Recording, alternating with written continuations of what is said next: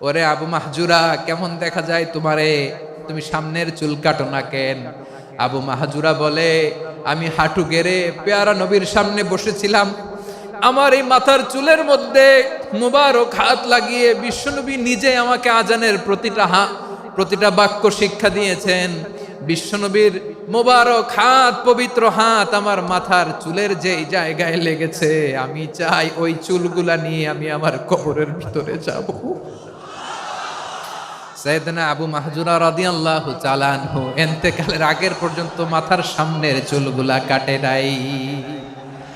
আজারি সাহেবের আগমন আদ্দিন ফাউন্ডেশনের পক্ষ থেকে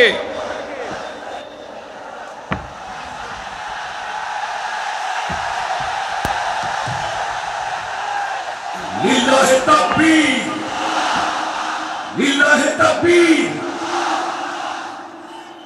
মিজান ভাইয়ের আগমন, শুভেচ্ছা স্বাগতম। মিজান ভাইয়ের আগমন, লিল্লাহে তাকবীর, লিল্লাহে তাকবীর। সম্মানিত হাজিরিন, আপনারা ভালো আছেন সবাই? শীতে কষ্ট হচ্ছে না? মাশাআল্লাহ। 3 দিন ব্যাপী তাফসিরুল কোরআনের প্রোগ্রামের সমাপনী রজনী আজকে। আমি খুব লম্বা সময় নিব না, এটা তোমার বিভাগীয় প্রোগ্রাম, খুলনা বিভাগের প্রোগ্রাম পেয়ে গেছে যশোর। মাশাআল্লাহ, 9টা প্যান্ডেল আছে, এখানে ধাক্কাধাক্কির কোনো মানি হয় না। তোমরা ধাক্কাধাক্কি করবা, এই জন্য প্যান্ডেল করা হয় নাই 9টা। বসো, কোনো কথা নাই। অনেক আলোচনা হয়েছে 3 দিন ব্যাপী। দেশ বরেণ্য প্রথিতযশা ওলামায়ে হযরতের মুখে আপনারা অসংখ্য কথা শুনেছেন। আমলের জন্য এগুলোই যথেষ্ট, নতুন করে আমার বলার কিছুর দরকার নাই। নতুন করে উপস্থাপনের মতো বলার মতো আমার কাছে কিছু নাইও। যা বলার 1500 বছর আগে আল্লাহ তাআলা উম্মাকে বলে দিয়েছেন, ঠিক কিনা?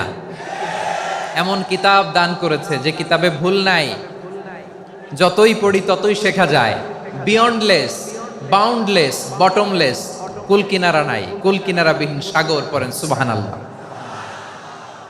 আসুন এখানে আসার, বসার, এই প্রোগ্রামে অংশগ্রহণ করার উদ্দেশ্যকে, নিয়তকে আমরা খালেস করে নেই। আজকে আমরা যা শুনবো, শিখবো, আমলের নিয়তে শুনবো, ঠিক কিনা বলেন? শেষ পর্যন্ত নীরবতা বজায় রাখবো। আমি উঠবো, আপনারা উঠবেন। এর আগে ওঠা যাবে না। স্কেজিউলে একটু চেঞ্জ এসেছে, এশার সালাত হয়নি। আমার আলোচনার পরপরই আজান হবে, এশার সালাতে আমরা জামাতে অংশগ্রহণ করে একসাথে বিদায় নেব ইনশাল্লাহ। বলেন, যে টপিকটি নিয়ে আমি আপনাদের সামনে আজকে কথা বলতে চাই, টপিকটি অনেক গুরুত্বপূর্ণ। টপিকটি হচ্ছে হিউম্যান রিসোর্স ডেভেলপমেন্ট, মানব সম্পদ উন্নয়ন। কারণ আল্লাহ তাআলা আমাদের যা দেখ আর না দেখ এটা দিছে। মানুষ আর মানুষ, 18 কোটি মানুষ, ঠিক কিনা? এই 18 কোটির জনসংখ্যার দেশে বসবাস করে আমরা খুশি না বেজার? খুশি হইতে হবে, বেজার হইেন না। জাপানের খবর জানেন? তাদের গ্রোথ রেট নিচের দিকে, উল্টো। জনসংখ্যা নাই, বাচ্চা নিলে, সন্তান নিলে গভর্নমেন্ট তাদের টাকা দেয়। আমাদেরকে আল্লাহ তাআলা দয়া করে, মায়া করে এই সম্পদটা দিয়েছেন। এই মানব সম্পদকে যেন আমরা কাজে লাগাই ইনশাআল্লাহ। পড়েন সবাই। হিউম্যান রিসোর্স ডেভেলপমেন্ট অনেক জনগুরুত্বপূর্ণ বিষয়, খুব সেন্সিটিভ বিষয়, বুঝতে হবে। যশোরের স্মার্ট ছেলেরা, এই যে আমি যাদেরকে দেখতে পাচ্ছি, all are the Gen Z of Jessore. যারা জেন জি, ওরা স্মার্ট, ওরা ইশারা ইঙ্গিতে কাজ করে। এই যে পুরো গদি উল্টায় দিছে, ঠিক কিনা? 24-এর ছাত্র নাগরিক অভ্যুত্থান আমাদের দেখিয়ে দিচ্ছে কিভাবে চোখের ইশারায় গদি উল্টে দিতে হয়। তো জেনজিদের নিয়ে বসেছি, ওরা তো স্মার্ট, ওরা ডিস্টার্ব করবে না।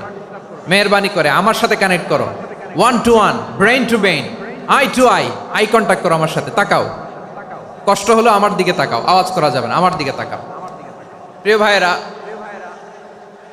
হিউম্যান রিসোর্স ডেভেলপমেন্টের ব্যাপারে কিছু কথা বলবো। এই যে আমাদের বিশাল জনসংখ্যা, এই জনসংখ্যাকে কি করে জনসম্পদে রূপান্তরিত করা যায়, এ ব্যাপারে কথা বলবো। আমি সূরাতু বনী ইসরাইলের 70 নম্বর আয়াত তেলাওয়াত করেছি। এই আয়াতের আলোকে কিছু কথা আমি আপনাদের সামনে বলবো।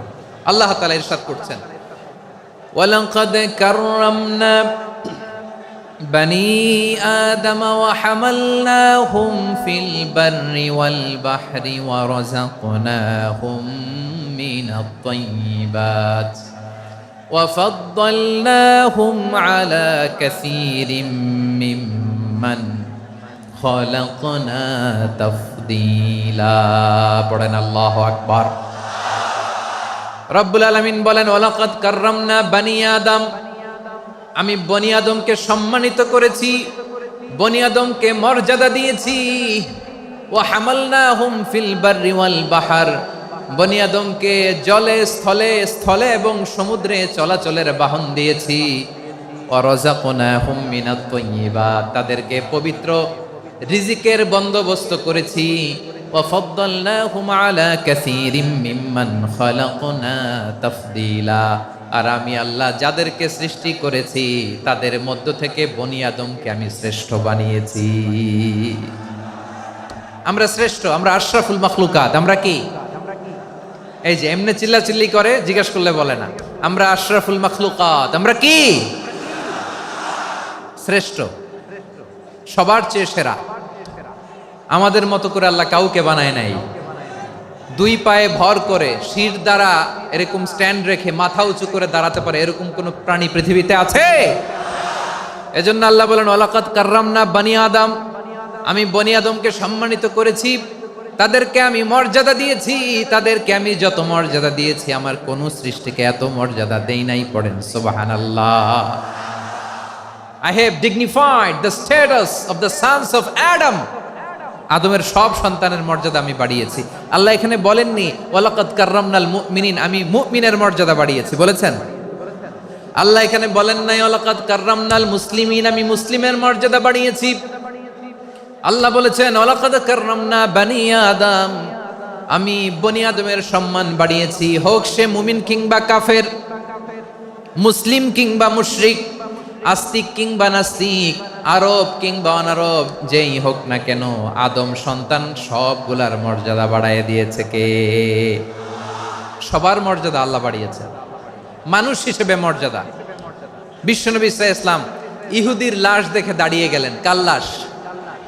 আমার যশোরের ভাইয়েরা আওয়াজ করে বলুন, কার লাশ? ইহুদির লাশ দেখে দাঁড়ায় গেলেন। সাহাবারা বললেন ইয়া রাসূলুল্লাহ, আপনি দাঁড়ালেন যে, এটা তো ইহুদির লাশ। বিশ্বনবী বললেন আওয়ালাইসাত নাফসান, এটা কি মানুষ নয়? এটা হোক ইহুদি হোক খ্রিস্টান, এটা তো মানুষ। আমি মানুষ দেখে দাঁড়িয়েছি। আই স্যালিউট দ্য হিউম্যানিটি, আমি মানবতাকে সম্মান করেছি। পড়েন সুবহানাল্লাহ। তাহলে এই জমিনে মানুষের মর্যাদা বেশি, হোক আস্তিক হোক নাস্তিক, হোক মুমিন কিংবা কাফের। আদমের সন্তান হলে, মানুষ হলেই তার মর্যাদা বাড়িয়েছে কে? আমার কলিজার টুকরা যশোরের ভাইয়েরা, মানুষের মর্যাদা আল্লাহ এত বাড়িয়েছেন। মানুষ জীবিত থাকলেও যেমনি মর্যাদাবান, মরে গেলেও মর্যাদাবান। সুবহানাল্লাহ পড়েন।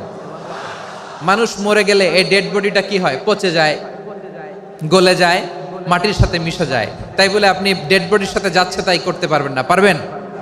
কেউ যদি অন্যায় করে তাকে যদি আপনি শাস্তির আওতায় আনেন, যা মনে চায় করতে পারবেন না। তারা আগুন দিয়ে পোড়াতে পারবেন না, নাক কাটতে পারবেন না, কান কাটতে পারবেন না, অঙ্গ বিকৃতি করতে পারবেন না।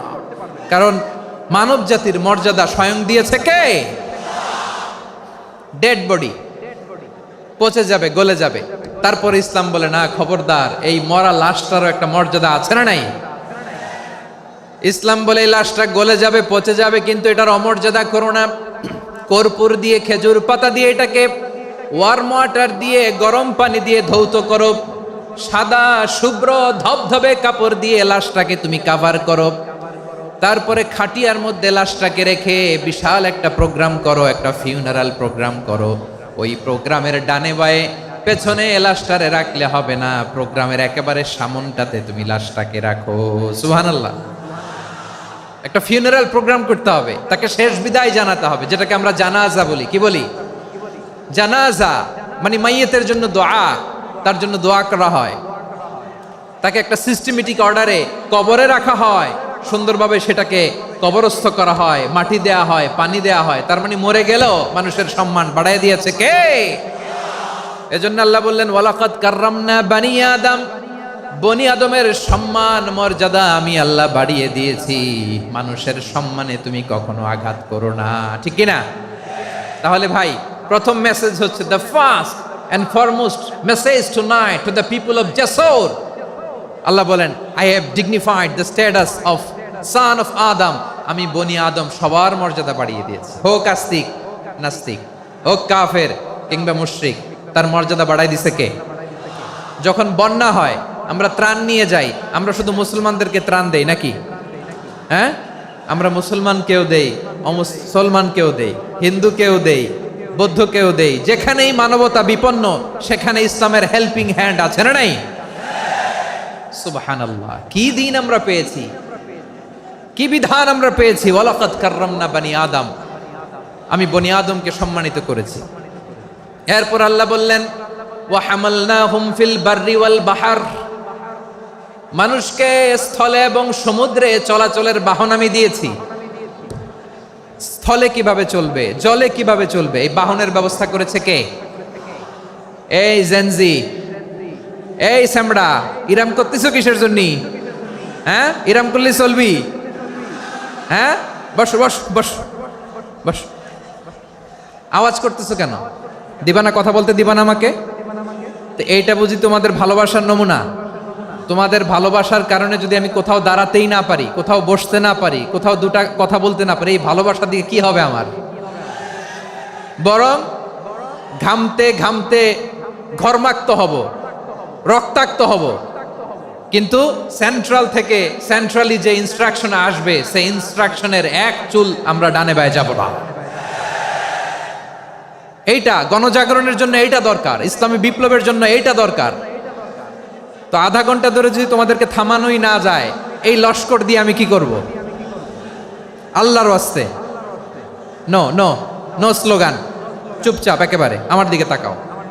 আল্লাহ বললেন, ওয়া হামালনাহুম ফিল বাররি ওয়াল বাহর, জলে স্থলে আমি চলাচলের যানবাহনের ব্যবস্থা করেছি। আমরা স্থলে ঘোড়ার উপরে চড়ি, উটের উপরে চড়ি, গাড়ির উপরে চড়ি। এই যে গাড়ির ইঞ্জিন বানাইছি আমরা, এটার মেধা দিয়েছে কে? আবার সাগরের মধ্যে আমরা নৌযান, জলযান, বড় বড় জাহাজ দিয়ে এক মহাদেশ থেকে আরেক মহাদেশ যাই, এক দেশ থেকে মালামালগুলো আরেক দেশে পাঠাই। সাগরের ভেতরে নৌকাগুলোরে ধরে রাখলো কে? ওয়াল ফুলকিল্লাতি তাজরি ফিল বাহরি বিমা ইয়ানফাউন নাস, মানুষের উপকার আছে এরকম সরঞ্জামাদি নিয়ে সাগরের উপরে বিশাল বিশাল জলযানগুলো চলে। এগুলো ডুবে যায় না, কাত হয়ে যায় না, পড়ে যায় না। এগুলোকে স্থিতিস্থাপকতাকে ঠিক করে রাখলো কে? আপনারা জাহাজ দেখেছেন? জাহাজ, হ্যাঁ, বাড়ি চট্টগ্রাম হইলে দেখতে পারতেন, দেখছেন? বিশাল বিশাল জাহাজ, বিশাল জাহাজ মালামাল নিয়ে এক মহাদেশ থেকে আরেক মহাদেশে যায়। গত মাসে আমার জাপান সফর ছিল।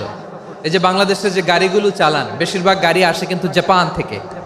হাজার হাজার গাড়ি একটা জাহাজ বহন করতে পারে, হাজার হাজার গাড়ি। এটাতে সাগরের মধ্যে ভাসাইলো কে? সবাই বলুন, ভাসালো কে? হাজার হাজার গাড়ি নিয়ে জাপানিজ গাড়িগুলো আমাদের চট্টগ্রামের এয়ারপোর্টের বন্দরে ভিড়ে। যুক্তরাষ্ট্রে আমি দেখেছি বিশাল বিশাল জাহাজ। আপনারা টাইটানিক জাহাজের নাম শুনেছেন? টাইটানিকেরও 8 গুণ 10 গুণ বড়। সুবহানাল্লাহ কইবেন না? টাইটানিক জাহাজের 8 গুণ 10 গুণ বড় একটা জাহাজ আছে, আইকন অফ দ্য সি, আমি দেখে এসেছি।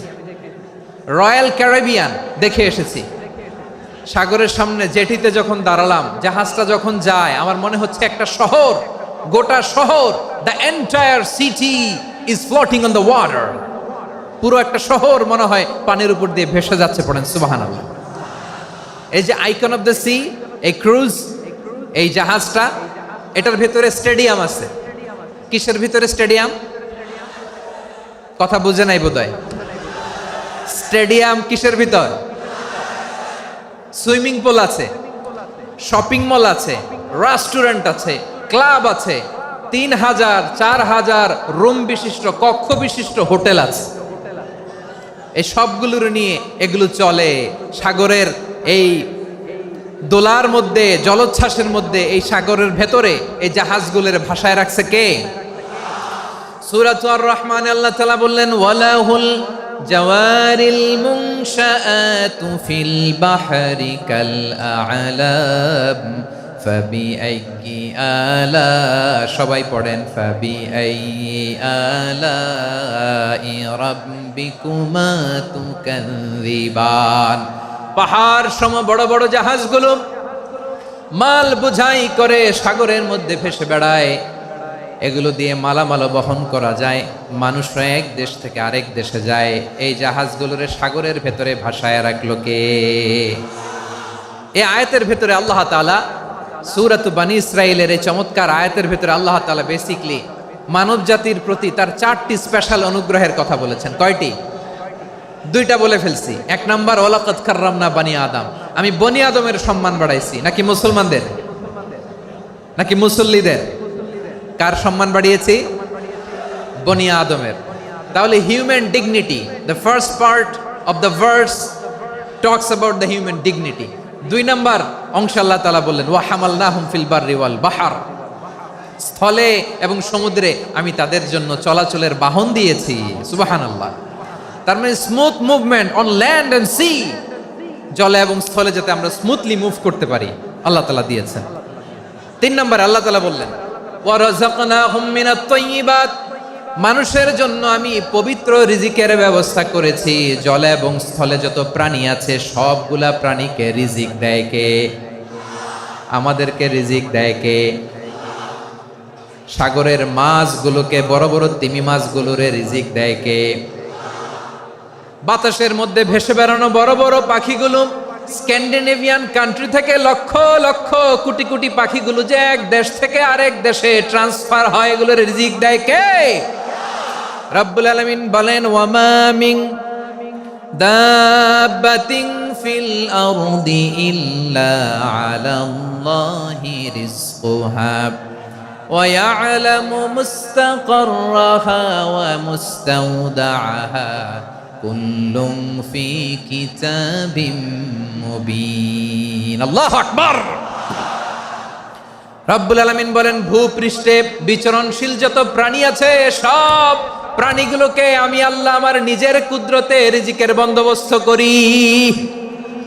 এই প্রাণীগুলো কোথায় থাকে, কোথায় যায়, সব জায়গায় আমি রিজিক পৌঁছে দেই। রিজিক কেউ দিতে পারে না, রিজিকের মালিক কে?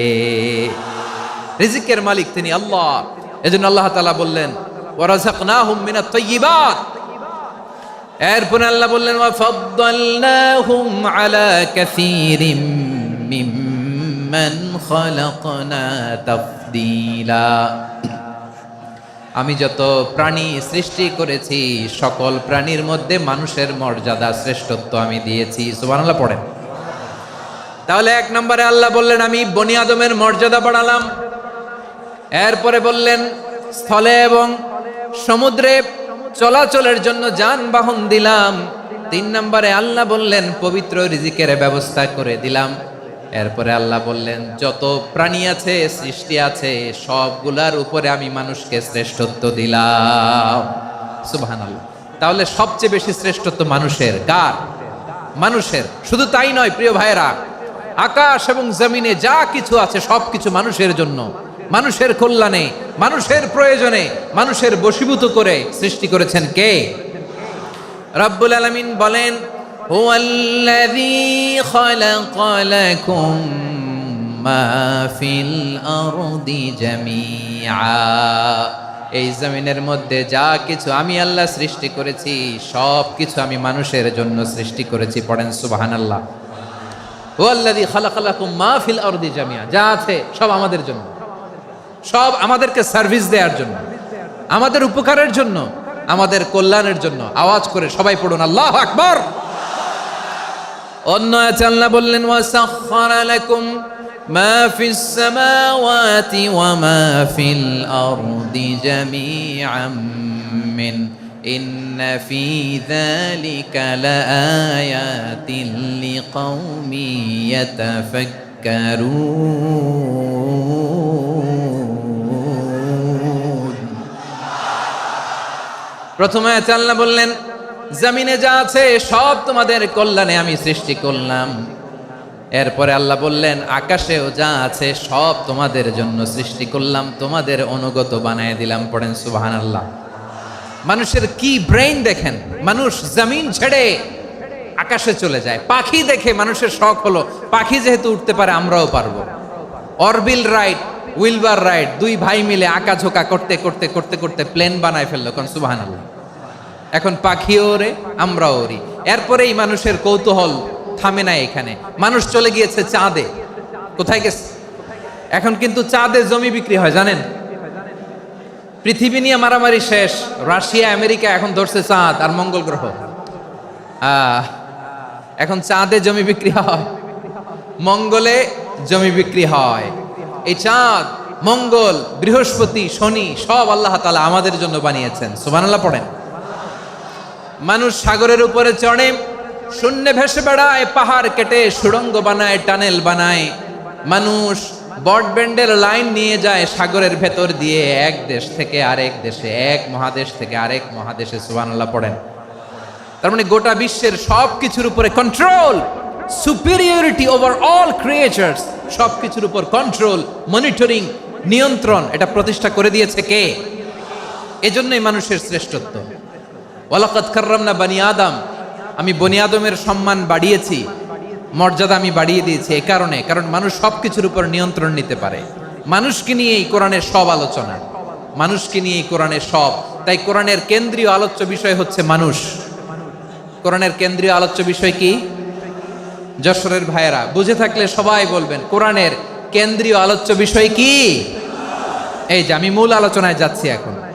কেন মানুষ কোরআনের কেন্দ্রীয় আলোচ্য বিষয়? এই যে ভাইয়েরা, এই যে হাত জোর করে, এই যে Jessore Gen Z, the smart people of Jessore, হাত জোর করে বলতেছে, হাত জোর করে তোদের কাছে আল্লাহর দোহাই লাগে, স্টপ স্টপ। শুরুতে একবার বলেছে, জায়গা না হলে আস্তে আস্তে ধাক্কা দিবা, সামনে না পিছনে, দিয়ে দিয়ে বেরোয় চলে যাও। এলইডিতে দেখো, এই যে এই যে আল্লাহর ওয়াস্তে জায়গা না হলে ওদিকে যাও। কোরআনের মাহফিলে বিশৃঙ্খলা, এটা কাফিরদের আলামত। কাফিররা শীষ দিত, শীষ। বিশ্বনবী কোরআনের তাফসির করলে কাফিররা শীষ দিত আর ক্ল্যাপিং করত, হুইসেল এন্ড ক্ল্যাপিং।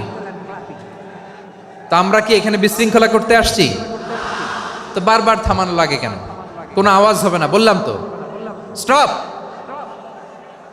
আওয়াজ করে বলুন, কোরআনের কেন্দ্রীয় আলোচ্য বিষয় কি? সবাই বলেননি। এতগুলো মানুষ উত্তর দিলে এতটুকু আওয়াজ হয়, অন্তত আমি বিশ্বাস করি না। যশোর, আওয়াজ করে বলো, কোরআনের কেন্দ্রীয় আলোচ্য বিষয় কি? মানুষ। এই মানুষ কোরআনের কেন্দ্রীয় আলোচ্য বিষয়। মানুষকে আল্লাহ স্বাধীনতা দিয়েছেন। ফামান শাআ ফালইউমিন ওয়া মান শাআ ফালইয়াকফুর। চাইলে মুমিন হতে পারো, চাইলে কাফের হতে পারো, তোমার ইচ্ছা। তবে জেনে রাখো, মুমিন হলে পাবা জান্নাত, কাফির হলে পাবা জাহান্নাম। নাও দ্য ডিসিশন ইজ ইয়ার্স। সিদ্ধান্ত তোমার, জান্নাতে যাবা না জাহান্নামে যাবা। যশোরের ভাইয়ের আওয়াজ করে বলুন, কই যেতে চান, জান্নাতে না জাহান্নামে? ডান দিকে না বাম দিকে? ডানপন্থী না বামপন্থী? চিল্লা চিল্লি না চুপচাপ? চুপচাপ কয়ে আবার চিল্লাচিল্লি শুরু করে দিচ্ছে। মাশাআল্লাহ। তাহলে কোরআনের কেন্দ্রীয় আলোচ্য বিষয় মানুষ। আমার সাথে থাকতে হবে, তোমাদেরকে নিয়ে আমি আলোচনা শেষ পর্যন্ত যাব। অনেক গুরুত্বপূর্ণ কথা বাকি আছে, আমাকে সহযোগিতা করতে হবে। মাশাআল্লাহ, এই তো ঠান্ডা হয়েছে। হ্যাঁ, ঠিক আছে ঠিক আছে ঠিক আছে। মানুষকে আল্লাহ এত স্বাধীনতা দিয়েছেন, মানুষ চাইলে অনেক ভালো হইতে পারে। ভালোর রাস্তাও খোলা, খারাপ হওয়ার রাস্তাও খোলা। ভালো হইলে মানুষ অনেক ভালো, খারাপ হইলে অনেক খারাপ। ভালো হইলে সবচেয়ে ভালো, খারাপ হইলে সবচেয়ে খারাপ।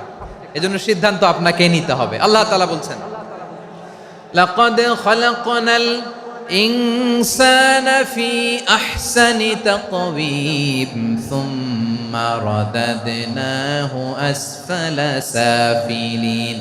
আমি মানুষকে অনেক সুন্দর অবয়বে, সুন্দর আকৃতিতে সৃষ্টি করেছি। তার শুধু চেহারার ডিজাইনটাই সুন্দর নয়, তার ব্রেনটা বড্ড সুন্দর, তার মানসিকতা বড্ড সুন্দর, তার সৃজনশীলতা বড্ড সুন্দর। পড়েন সুবহানাল্লাহ। আমাদের চেহারা, অবয়ব, ডিজাইন যে সুন্দর তা না, আমাদের ব্রেনটা অনেক সফিস্টিকেটেড ব্রেন। অনেক সফিস্টিকেটেড। এই 1.5 কেজি ব্রেন ইউজ করে মানুষ গোটা বিশ্বে সভ্যতা বিনির্মাণ করেছে, ঠিক কিনা? এই ব্রেন আল্লাহ তাআলা আমাকে দিয়েছে। এটারে কাজে লাগালে, আপনার 6 সেন্স কাজে লাগালে আপনি অনন্য মানুষ হয়ে উঠবেন, মহামানবে রূপান্তরিত হবেন। মানুষ হতে পারে, চাইলেই মহামানব হতে পারে। আবার যদি মানুষ চায় খারাপও হতে পারে।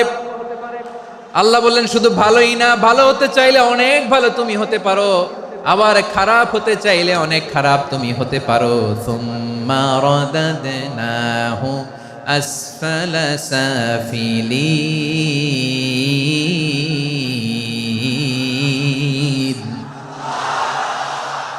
খারাপ হলে একেবারে খারাপ হতে পারো, নিকৃষ্ট হলে একেবারে নিকৃষ্ট হতে পারো, ভালো হলেও ভালো হতে পারো। কোন সুবহানাল্লাহ। এবার আওয়াজ করে বলুন, ভালো হতে চাই না খারাপ, শ্রেষ্ঠ না নিকৃষ্ট? মানুষ ভালো হলে মানুষ ফেরেশতার চেয়েও ভালো, মানুষ খারাপ হলে সে পশুর চেয়েও খারাপ। কথা ঠিক কিনা বলেন? ভালো হলে ফেরেশতার চেয়েও ভালো, খারাপ হলে পশুর চেয়েও নিকৃষ্ট। তার মানে শ্রেষ্ঠত্বে মানুষ, শ্রেষ্ঠত্বে ফেরেশতাকে হার মানায়, আর অধপতনে শ্রেষ্ঠত্বে ফেরেশতাকে ছাড়িয়ে যায়, আর অধপতনে পশুকেও হার মানায়। আই রিপিট, আমি আবারও বলছি, মানুষ শ্রেষ্ঠত্বে ফেরেশতাকে ছাড়িয়ে যায়, আর অধপতনে সে পশুকেও হার মানায়। আওয়াজ করে বলতে হবে ঠিক কিনা? এটার প্রমাণ কি? মানুষ শ্রেষ্ঠ হইলে যে ফেরেশতার চেয়েও সেরা, তার প্রমাণ কি? আল্লাহ তাআলা বলছেন, ওয়া ইয কুলনা লিল মালাইকাতি ইসজুদু লি আদম ফাসাজাদু ইল্লা ইবলিস আবা ওয়াস্তাকবারা ওয়া কানা মিনাল কাফিরিন। আল্লাহ বলেন, স্মরণ করো সে সময়ের কথা যখন আমি ফেরেশতাদেরকে বললাম, ও ফেরেশতারা আদমকে সেজদা দাও। সব ফেরেশতারা সম্মান সূচক সেজদা আদমকে দিল, তারা আদমের জন্য সেজদায় লুটিয়ে পড়লো, একজন ছাড়া, তার নাম ইবলিস। আওয়াজ করে বলেন, তার নাম কি? সে অহংকার প্রদর্শন করলো, সে কাফের হয়ে গেল, বাকি সব ফেরেশতারা সেজদা দিল। সুবহানাল্লাহ। আবার আদম আলাইহিস সালামকে আল্লাহ জিজ্ঞেস করলেন, সব বলে দিল উত্তর, কিন্তু ফেরেশতাদেরকে একই প্রশ্ন জিজ্ঞেস করলেন, তারা উত্তর করতে পারে নাই। তার মানে এর মধ্য দিয়ে প্রমাণিত হয়, মানুষ ভালো হলে ফেরেশতার চেয়েও ভালো, ফেরেশতার চেয়েও মানুষের মর্যাদা বাড়িয়ে দিয়েছে কে? সব নূরের ফেরেশতা যখন মাটির আদমকে সেজদা দেয়, এটা প্রমাণ করে ফেরেশতার চেয়েও মানুষের মর্যাদা বাড়িয়ে দিয়েছে কে? তুমি মাটির আদমকে প্রথম সৃষ্টি করিয়া ঘোষণা করিয়া দিলে শ্রেষ্ঠ বলিয়া, তাই তো নূরের ফেরেশতা করে আদমকে সেজদা। ঠিক কিনা বলেন? তাই তো নূরের ফেরেশতা করে আদমকে সেজদা, সবার চেয়ে সম্মান দিলে মাটির আদমকে। আল্লাহু আল্লাহু তুমি জাল্লে জালালুহু, শেষ করা তো যায় না গে তোমার গুণগান। পড়েন না? পড়েন।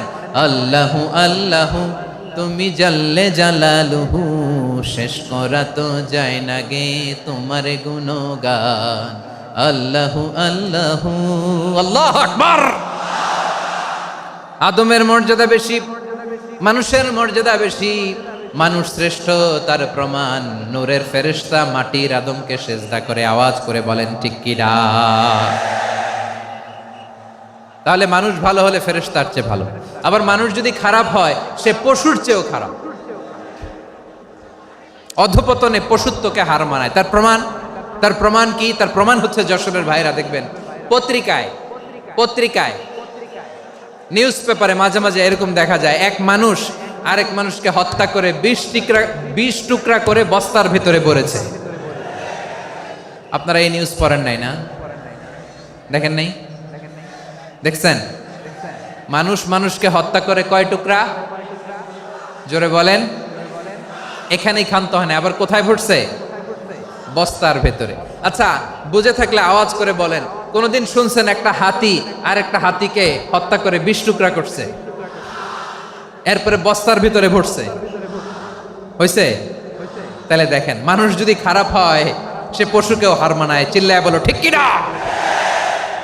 এমনও দুশ্চরিত্র মানুষ আছে যার যার নজর থেকে 6 মাসের ছোট্ট মেয়ে থেকে শুরু করে 80 বছরের বৃদ্ধারাও নিরাপদ নয়।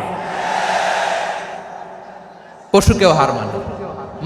মানুষের ঘর জ্বালিয়ে পুড়ে মেসাকার করে দেয়, জনপদের পর জনপদ জ্বালায় দেয়, এরকম আছে না নাই? বোমা মেরে শহরগুলো উড়িয়ে দেয়। এই যে ইসরায়েল গাজার মধ্যে যে অ্যাটাক করেছে, এরা মসজিদ মানে নাই, মসজিদে বম ফেলেছে। এরা খ্রিস্টানদের চার্চ গির্জা মানে নাই, গির্জায় বম ফেলেছে। পৃথিবীর ইতিহাসে never happened in the history of the world that someone bombed on a hospital, on a ICU center. এমন হাসপাতাল যেখানে আইসিইউর রোগীরা আছে, ওই হাসপাতালের উপরও ইসরায়েলি সৈনিকেরা বোমা মেরেছে। জোরে বলেন ঠিক কিনা? এরা মানুষ? আওয়াজ করে বলেন, এরা মানুষ না। প্রিয় ভাইয়েরা, চোখ কান নাক মুখ থাকলেই মানুষ না। যা সামনে দেখেন এগুলো সব মানুষ না, এগুলো জনসংখ্যা। এগুলো কি? সবাই বলুন, এগুলো কি? বাড়ছে জনসংখ্যা, কমছে মানুষ। বাড়ছে জনসংখ্যা, কমছে। এই দুনিয়া এখন তো আর সেই দুনিয়া নাই, মানুষ নামের মানুষ আছে, দুনিয়া বোঝাই, সেই মানুষের ভিড়ে আমার আসল মানুষ নাই। ঠিক কিনা? আসল মানুষের বড্ড অভাব, আসল মানুষের বড্ড অভাব।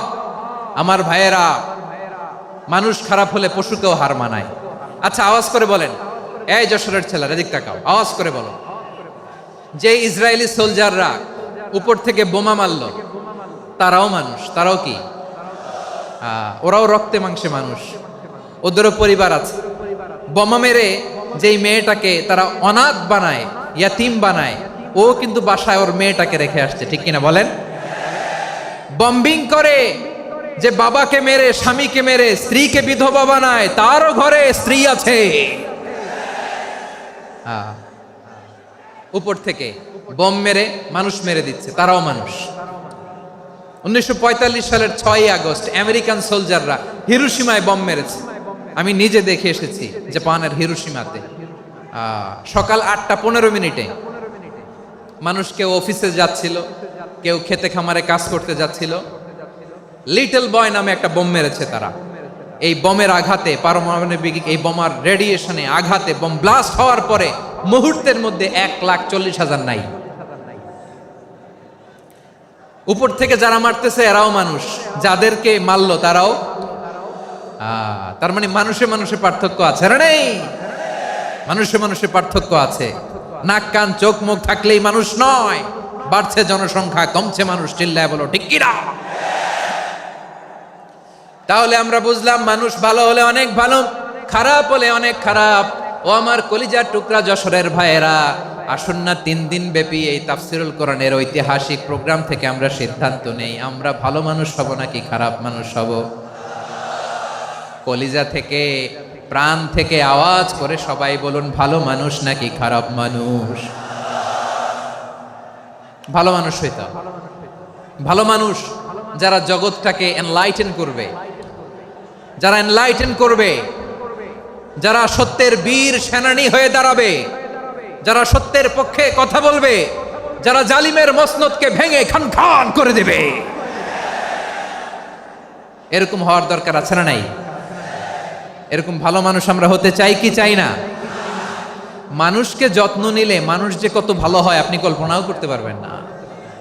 এই যে আপনাদের যশোরে যে ভালো ছেলেগুলো আছে, যে ভালো তরুণগুলো আছে, যে যুবকগুলো আছে, যে ভালো আলেমরা আছে, ভালো নেতারা আছে, সবাই যদি তাদের মতো হতো, পুরো যশোরটা একটা জান্নাতের টুকরা হয়ে যেত। আওয়াজ করে বলেন ঠিক কিনা? মানুষকে নার্চারিং করলে, মানুষকে পলিশ করলে, মানুষকে গ্রুমিং করলে, মানুষকে সঠিক তারবিয়া দিলে মানুষ অনন্য হয়ে ওঠে। প্রতিটি মানুষ অনন্য। আমি অনন্য, আপনি অনন্য, আমরা সবাই অনন্য। সুবহানাল্লাহ বলেন। মানুষকে আল্লাহ তাআলা দিয়েছেন অসীম ক্ষমতা, অসীম ক্ষমতা। সুবহানাল্লাহ। একটা মানুষ পারে না এমন কিছু নাই। একটা মানুষ পারেন এমন কিছু নাই, বিশ্বাস করতে হবে মানুষ যা কল্পনা করতে পারে ওইটা মানুষ করে দেখাতে পারে। যশোরের ভাইয়ের আই রিপিট, আমি আবারও বলছি, এই চিল্লাচিল্লি করলে আমার এই গুরুত্বপূর্ণ কথা তোমরা মিস করবা। আমরা যখন আমার পিতার পৃষ্ঠদেশে ছিলাম, পিতার পৃষ্ঠদেশ থেকে শুক্রাণু যখন মায়ের গর্ভদেশে যেয়ে পড়ে, কতটা শুক্রাণু ভ্রমণ শুরু করে জানো? 20 কোটি শুক্রাণু। একবার সিমেন আউট হলে সেখানে 20 কোটি শুক্রাণু থাকে, ভ্রমণ শুরু করে। ওই 20 কোটি শুক্রাণুর মধ্যে থেকে তুমি আমি আজকে এক বিকশিত শুক্রাণু মানব রূপে পৃথিবীতে এসেছি। সুবহানাল্লাহ। ওই 20 কোটি শুক্রাণুর প্রতিযোগিতায় সবাইরে পেছনে ফেলে সেদিন আমি সফল হয়েছিলাম, সেদিন আমি বিজয়ী হয়েছিলাম। সেদিন আমি এত ছোট ছিলাম, মাইক্রোস্কোপ দিয়েও আমার অস্তিত্ব টের পাওয়া যায় না। আমি এত তুচ্ছ ছিলাম, নগণ্য ছিলাম, আমার কান ছিল না, আমার চোখ ছিল না, আমার হাত ছিল না, আমার জন্য রিকমেন্ডেশন করার মতো মামু ছিল না, খালা ছিল না, কেউ ছিল না। তারপরেও ওই প্রতিযোগিতায়, ওই কম্পিটিশনে যখন আমারে কেউ হারাতে পারে নাই, আল্লাহর জমিনেও আমারে কেউ হারাতে পারে না। হারার জন্য তোমার জন্মই হয় নাই, তুমি আসছই জিতার জন্য। সুবহানাল্লাহ। বিশ্বনবী বলেন, আন্নাসু মাআদিন কামাআদিনি যাহাবি ওয়াল ফিদ্দা খিয়ারুহুম ফিল জাহিলিয়াতি খিয়ারুহুম ফিল ইসলাম। Peoples are like mines of gold and silver. সোনার খনি, রূপার খনি, এর চেয়েও বড় খনি হচ্ছে এই মানব সম্পদের খনি। আওয়াজ করে বলেন আল্লাহু আকবার। আল্লাহ তাআলা এই সম্পদ আমাদেরকে দিয়েছে। বিশ্বনবী বলেন, মানুষ হচ্ছে খনির মতো। খিয়ারুহুম ফিল জাহিলিয়াতি খিয়ারুহুম ফিল ইসলাম। জাহিলি যুগে যারা সেরা, ইসলামেও তারা সেরা। ইদা ফাকুহু, যদি তারা বুঝবান হয় তাহলে তাদেরকে সেরা বানায় দিবে কে? তাহলে মানুষের চেয়ে সেরা কেউ হতে পারে? মানুষের চেয়ে অনন্য কেউ হতে পারে?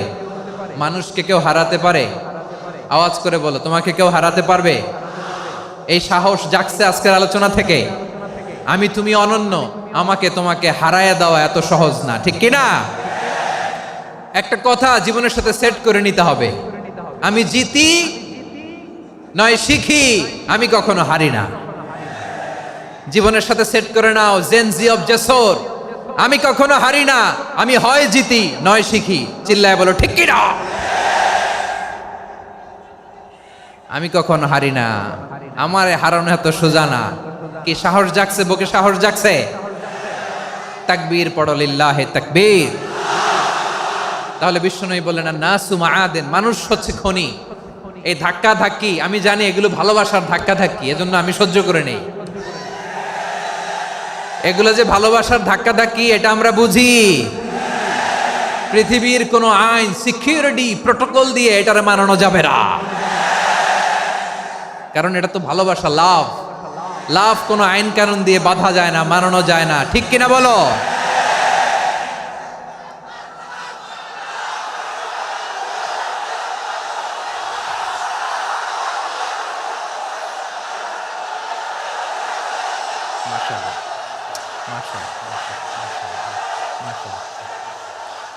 ঠিক আছে, বসুন বসুন বসুন।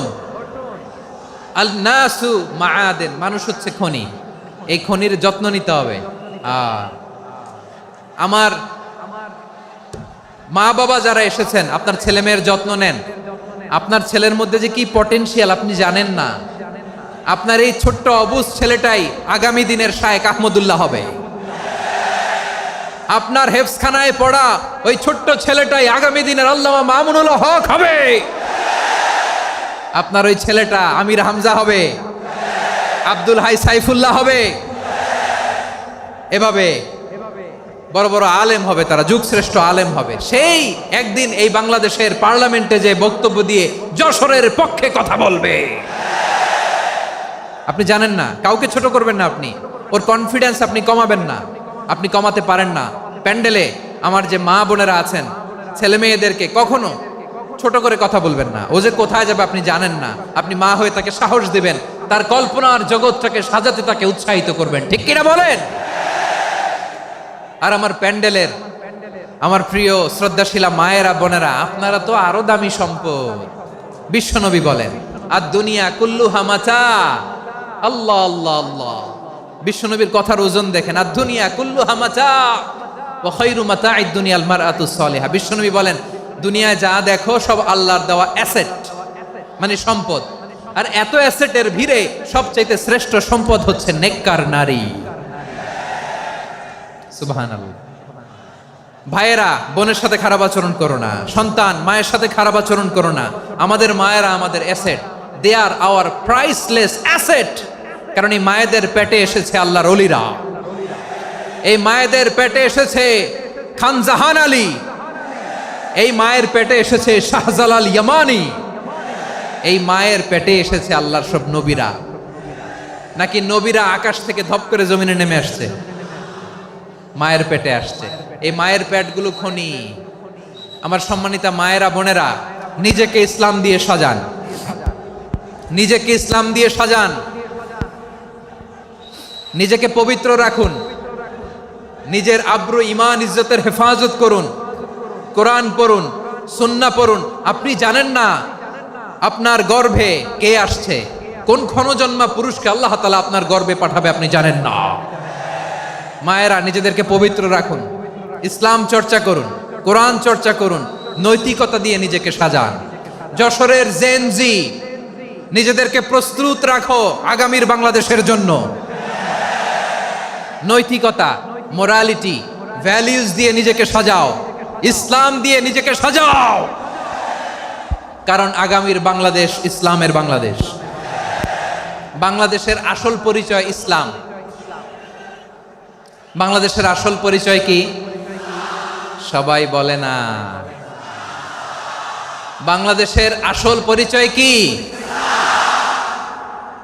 এই ইসলাম নিয়ে আমরা সংসদ ভবন সাজাবো, রাজি আছি না নাই? শেকড় ভুলে যাওয়া যাবে না। আমরা ধাপে ধাপে শারিয়া আইনের দিকে যাব ইনশাআল্লাহ, কিন্তু জঙ্গিবাদ দিয়ে নয়, কট্টর পন্থা দিয়ে নয়। আমরা ইন্টেলেকচুয়ালি, গ্রাজুয়ালি, ধাপে ধাপে শারিয়া আইনের দিকে মুভ করবো ইনশাআল্লাহ। বলো লিল্লাহি তাকবীর। এদেশের আসল পরিচয় সবাই বলে না, আওয়াজ করে, এদেশের আসল পরিচয়। এদেশে আজান শুনে সূর্য ওঠে শহর গ্রামে, এদেশে আজান শুনে সূর্য ডুবে সন্ধ্যা নামে, এদেশে সকল কাজে সবাই বলে বিসমিল্লাহ, এদেশে ভালো কিছু দেখে শুনে হাসি মুখে সবাই বলে মাশা আল্লাহ।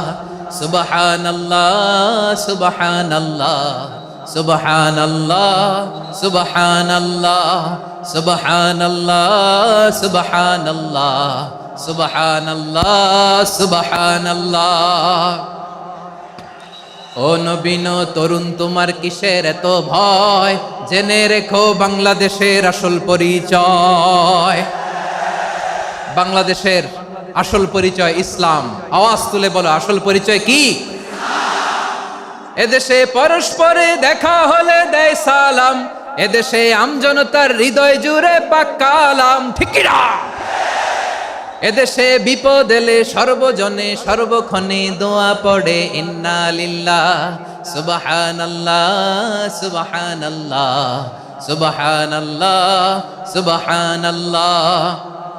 এদেশে আজান শুনে সূর্য ওঠে শহর গ্রামে, এদেশে আজান শুনে সূর্য ডুবে সন্ধ্যা নামে, এদেশে সকল কাজে সবাই বলে বিসমিল্লাহ, এদেশে ভালো কিছু দেখে শুনে হাসি মুখে সবাই বলে মাশা আল্লাহ। সুবহানাল্লাহ, আওয়াজ করে সুবহানাল্লাহ, সুবহানাল্লাহ, সুবহানাল্লাহ, সুবহানাল্লাহ। সবাই একসাথে সুবহানাল্লাহ, সুবহানাল্লাহ, সুবহানাল্লাহ, সুবহানাল্লাহ। এদেশের আসল পরিচয় কি? আওয়াজ করে বলতে ভয় লাগে। এদেশের আসল পরিচয় কি? ইসলাম দিয়ে আমাদের সংসদ ভবন চলুক, আমরা চাই কি চাই না? বঙ্গভবনে লা ইলাহা ইল্লাল্লাহর পতাকা উড়ুক, আমরা চাই কি চাই না? প্রতিটি জেলা অফিসে, ডিসি অফিসে লা ইলাহার পতাকা ঝুলুক, আমরা চাই কি চাই না? কারা কারা চাই হাত তুলে আল্লাহরে দেখায়।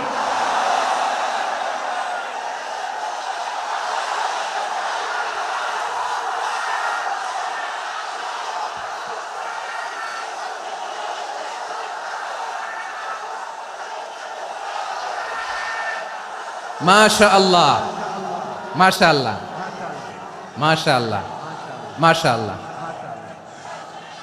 যশোর, আওয়াজ করে বলো, ভালো মানুষ না খারাপ মানুষ? বুঝে বলছো তো? মানুষ ভালো হলে যে কত ভালো।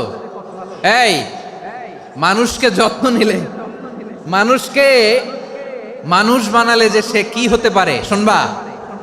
হ্যাঁ, নাকি মোনাজাত দিয়ে দিব? শুনবা? তাহলে থামতে হবে। থামো, আমি যখন বলবো থামো থামো, তাকবীরের সময় দিলে তাকবীর। থামো থামো। মানুষকে যত্ন নিলে, এই এদিকে এদিকে, ড্রোন নামায় ফেলো। হয়েছে, ড্রোনের ফুটেজ হয়ে গেছে, এবার ড্রোন নামায় ফেলো। আমার দিকে তাকাও। মানুষকে, তোমরা এদিক সেদিক তাকালে তো গুরুত্বপূর্ণ পয়েন্ট মিস হয়ে যাবে। এদিকে এদিকে, হ্যাঁ মাস, ঠিক আছে, এদিকে। মানুষকে যত্ন নিলে মানুষের মধ্যে যে আল্লাহ কি পটেনশিয়াল রেখেছে। আমি জাপানের দুইটা উদাহরণ দেই। জাপানের, এই এই এভাবে এভাবে হবে, হয় বসো নয় পেছনে, কথা নাই, কথা তো বলাই যাবে না, হারাম কথা বলা। আজকে একেবারে চুপ, আজকের জন্য হারাম করে দিছে আমি, এই কিছু সময়ের জন্য একেবারে নিষিদ্ধ। জাপানের দুইটা উদাহরণ দেই, খেয়াল করে একটু শুনেন, বুঝবেন। আল্লাহ, 2022 সালে জাপানের সাথে জার্মানির খেলা, ফিফা ওয়ার্ল্ড কাপ 2022। এক পক্ষে জাপান, আরেক পক্ষে কোন দেশ? কথা শোনে নাই। এক পক্ষে কোন দেশ, আরেক পক্ষে সবাই। এক পক্ষে, আরেক পক্ষে। ওই খেলায় জিতেছিল জাপান, জিতেছিল 22 সালের এই ফিফা ওয়ার্ল্ড কাপে। জাপান ফুটবল খেলায় জিতে, as a part of their celebration, তারা খেলার পরে পুরো স্টেডিয়ামটারে ক্লিন করে। The fan base of Japan, লক্ষ লক্ষ মানুষ খেলা দেখতে যায়, তো এত ডাস্টবিনও তো নাই। তো যারা ডাস্টবিনে জায়গা পায় নাই, তারা এই যে চকলেটের প্যাকেট, পানির বোতল, চিপসের প্যাকেট, তারা এদিকে সেদিকে রেখে দিয়েছে। জাপানের ভক্তরা, জাপানের ফলোয়াররা, as a part of their celebration, তারা খেলার পরে পুরো স্টেডিয়ামের সব ময়লা আবর্জনা ক্লিন করে তারপরে বিদায় নিয়েছে। তাদেরকে কি ক্লিন করার দায়িত্ব দেওয়া হয়েছিল? এই যশোর, জাপানের যে ছেলেরা খেলা দেখতে গেছিল, ওদেরকে কি ক্লিন করার দায়িত্ব দিছিল? তারা কি স্টেডিয়ামের পরিচ্ছন্নতা কর্মী? তাদের আকল, তাদের সিক্স সেন্স তাদেরকে বলেছে। ছোটবেলা থেকে জাপান গভর্নমেন্ট ওদেরকে এত পরিচ্ছন্নতা শেখায়, ক্লিনলিনেস অ্যাওয়ারনেস ক্যাম্পেইন করায়। ক্লাসে আমি দেখেছি, ক্লাসে নিজের বেঞ্চ নিজে মুছে, ক্লাসের মাঝখানে একটা সময় দেয়, নিজের টেবিল নিজে মুছে, নিজের ক্লাসরুমটা নিজে পরিষ্কার করে। রাস্তাঘাটে একটা ধুলা নাই, ময়লা নাই, একটা টিস্যু নাই। খেলার পরে গোটা বিশ্বকে তাক লাগিয়ে দিয়েছে। জাপানের ফ্যানরা সবার রেখে যাওয়া গার্বেজ, টিস্যু, বোতল পরিষ্কার করে তারপরে স্টেডিয়াম থেকে বিদায় নিয়েছে। আমরা কেন এমন হইতে পারলাম না? আমরা কেন এমন হইতে পারলাম না? জাপানের যারা এগুলো করছে, ওদের 3টা করে চোখ না? চোখ তো 3টা, জাপানো লাগো, জাপানো লাগো। হাত তো 4টা, কান তো 6টা। হ্যাঁ, নাকি আমার মতো 2 হাত 2 কানওয়ালা মানুষ? চোখে দেখলে ওটা মানুষ না। চিন্তা করছেন? তার মানে জাপানিজদেরকে যে গ্রুমিং করে শিখানোর মাধ্যমে পরিচ্ছন্ন বানানো গেছে। ওরা যেমনি মানুষ, আমরাও মানুষ। আমাদের সন্তানদেরকে শেখালে তারাও পারবে। পারবে কিনা? 2 নম্বর উদাহরণ বলি। চট্টগ্রাম ফেনীতে যারা গিয়েছেন, মেঘনা গোমতী ব্রিজ প্রকল্প নাম শুনছেন? মেঘনা একটা ব্রিজ পার হওয়া লাগে। এই মেঘনা গোমতী, এখানে 3টা ব্রিজ, কাঁচপুর সহ, এই 3টা ব্রিজের নির্মাণ কাজ, রেনোভেশনের কাজ দেয়া হয়েছিল জাপানের একটা কোম্পানিকে। কাকে? জাপানের কোম্পানির নির্মাণ শেষে 738 কোটি টাকা বেঁচে গেছিল। এটা গভর্নমেন্টের হাতে দিয়ে তারা বিদায় নিয়েছে। কত টাকা? 738 কোটি টাকা। যত প্রাক্কলিত ব্যয় নির্ধারণ করা হয়েছে, সব টাকা সরকার, তৎকালীন সরকার, 2019-এর সরকার, কারা ছিল তো জানেন? এই 2019-এর সরকার তাদেরকে দিয়েছে। তারা রিনোভেশন নির্মাণ শেষে 738 কোটি টাকা অতিরিক্ত বেঁচে গেছিল। এটা আবার গভর্নমেন্টের হাতে বুঝাই দিয়ে তারা বিদায় নিচ্ছে। আমরা কেন এমন হইতে পারলাম না? জাপানের ওরাও মানুষ, আমরাও মানুষ। তার মানে মানুষে মানুষে পার্থক্য আছে না নাই? আচ্ছা, জাপানের 2টা উদাহরণ দিলাম, এবার আমার দেশের 2টা উদাহরণ দিব না? বাংলাদেশের দুটা উদাহরণ দেয়। 1 নম্বর উদাহরণ, গত সপ্তাহে আপনারা জানেন কক্সবাজার আমার একটা প্রোগ্রাম ছিল, তো হেলিকপ্টারে গিয়েছিলাম। ফেনী জেলা যখন পার হচ্ছি আমি দেখলাম 3টা উইন্ড মিল চিনেন তো, বিশাল পিলার, 3টা-4টা পাখা থাকে, বায়ু বিদ্যুৎ কেন্দ্র, বাংলাদেশের প্রথম বায়ু বিদ্যুৎ কেন্দ্র এটা, মুহুরী প্রজেক্ট বলে এটা সম্ভবত, মুহুরী প্রজেক্ট। তো সাগরের বাতাসের ঝাপটায় এটা ঘুরে এনার্জি হয়, ইলেকট্রিসিটি উৎপাদন হয়।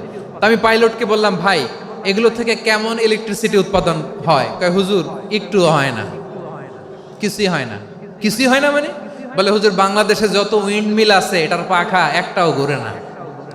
আল্লাহ, বলেন কি? তাহলে এই যে কোটি কোটি টাকা ব্যয় করে যে উইন্ড মিল, কয় হুজুর ভিতরে ফিটফাট, উপরে ফিটফাট, ভিতরে সদরঘাট।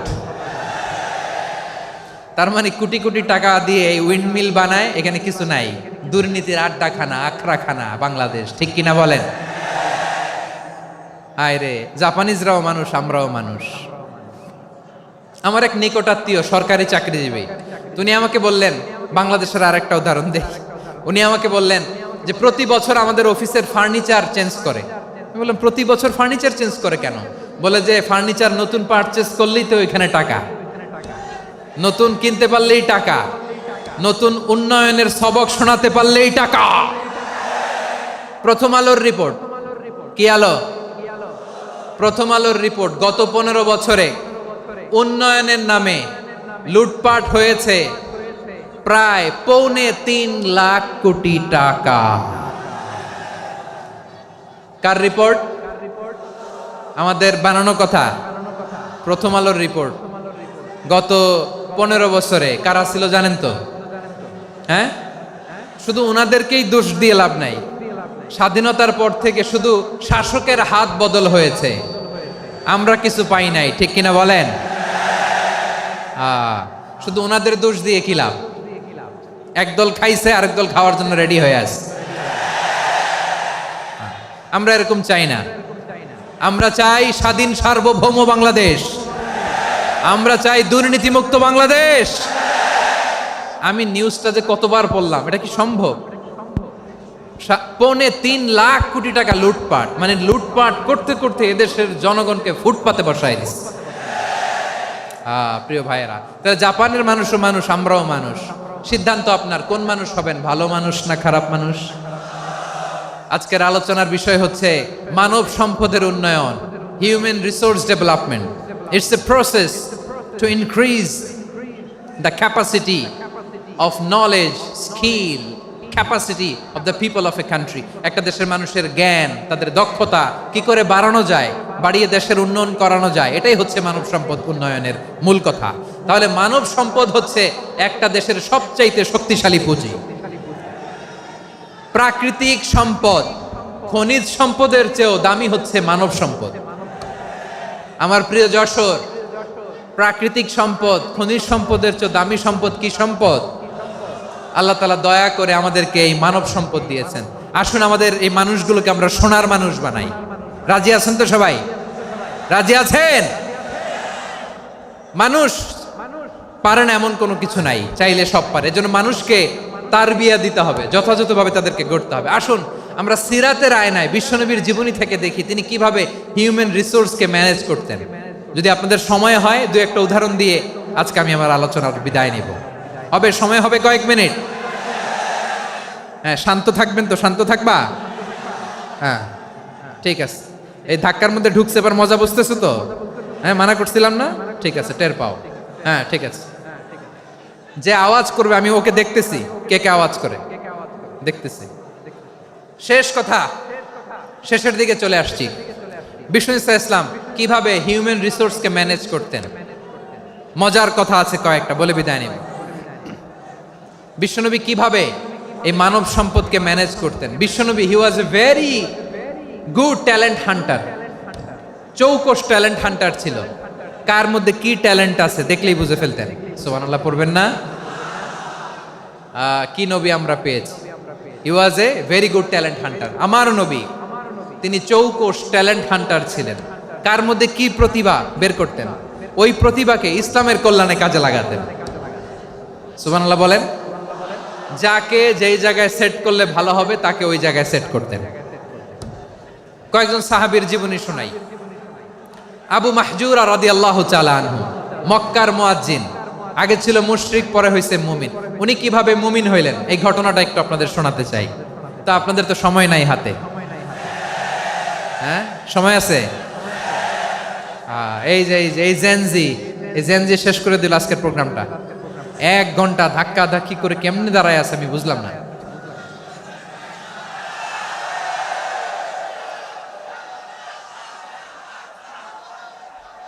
না না তাকবিন না, চুপ করতে হবে। What I need you stop, just shut up, চুপ। হ্যাঁ ঠিক আছে, এভাবে। আবু মাহজুরা রাদিয়াল্লাহু তাআলা আনহু কিভাবে মুসলিম হলেন আওয়াজ করে শুনেন। হুনাইনের যুদ্ধ 8ম হিজরি, বিষ্ণু ইসা ইসলাম হুনাইনের যুদ্ধ শেষে ফিরতেছেন। পথিমধ্যে বেলাল রাদিয়াল্লাহু তাআলা আনহু, এই যে আবার কথা, আই রে আল্লাহ রে, এখানে ধাক্কা ধাক্কি কেন? চলে যাও, পেছনে যাও, পেছনে যাও। কি আজীব তামাশা, যেখানে যায় এখানে ধাক্কা ধাক্কি, মারামারি, গায়ের উপরে কাঁধের উপরে শাউটিং। অনেক গুরুত্বপূর্ণ কথা পয়েন্ট করে নিয়ে আসি যে বলবো, এই শাউট করার কারণে প্রোগ্রামটাই নষ্ট করে দেয়। আসছে আমার ভালোবাসা দেখাইতে, প্রোগ্রামটাই শেষ করে দিয়ে চলে যায়। স্টপ, আবার কথা বল, স্টপ। হুনাইনের যুদ্ধে 8ম হিজরি, কত হিজরি সবাই বলেন না একটু, কত হিজরি? 8ম হিজরিতে হুনাইনের যুদ্ধে রাসূল সাল্লাল্লাহু আলাইহি ওয়াসাল্লাম ফিরে আসতেছেন মদিনায়। পথিমধ্যে বেলাল রাদিয়াল্লাহু তাআলা আনহু আজান দিচ্ছেন। কি দিচ্ছেন? তো পাশে ছিল মুশরিকদের একটা পল্লী, কিছু মুশরিক তরুণ, কিছু অমুসলিম কিশোর, তারা আজানকে ব্যঙ্গ করতেছে। আমাদের বাংলায় মুখ ভেঙ্গানো বলে আর কি।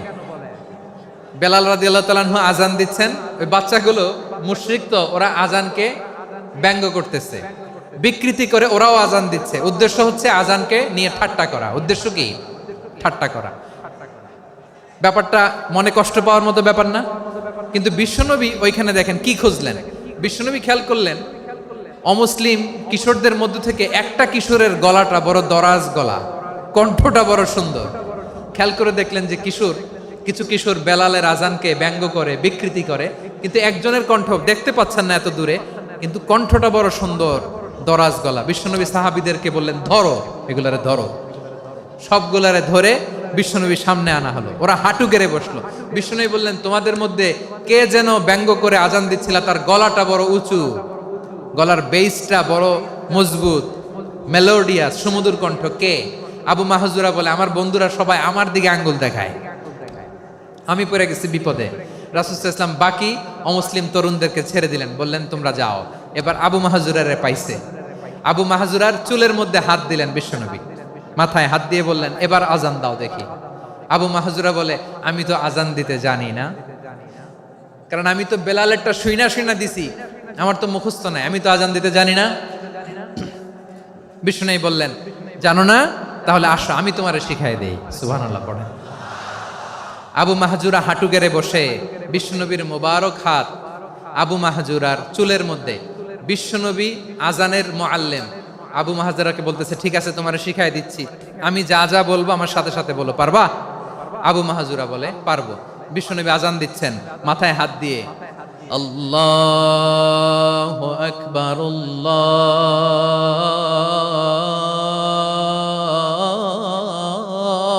আল্লাহু আকবার।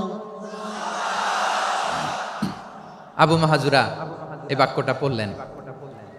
বিশ্বনবী দ্বিতীয় বাক্য পড়তে আরম্ভ করলেন, আল্লাহু আকবার,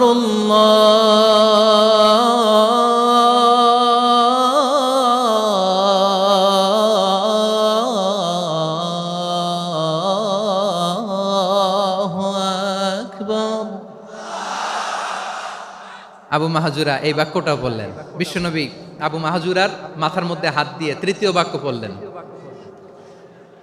আশহাদু আল্লা ইলাহা ইল্লাল্লাহ।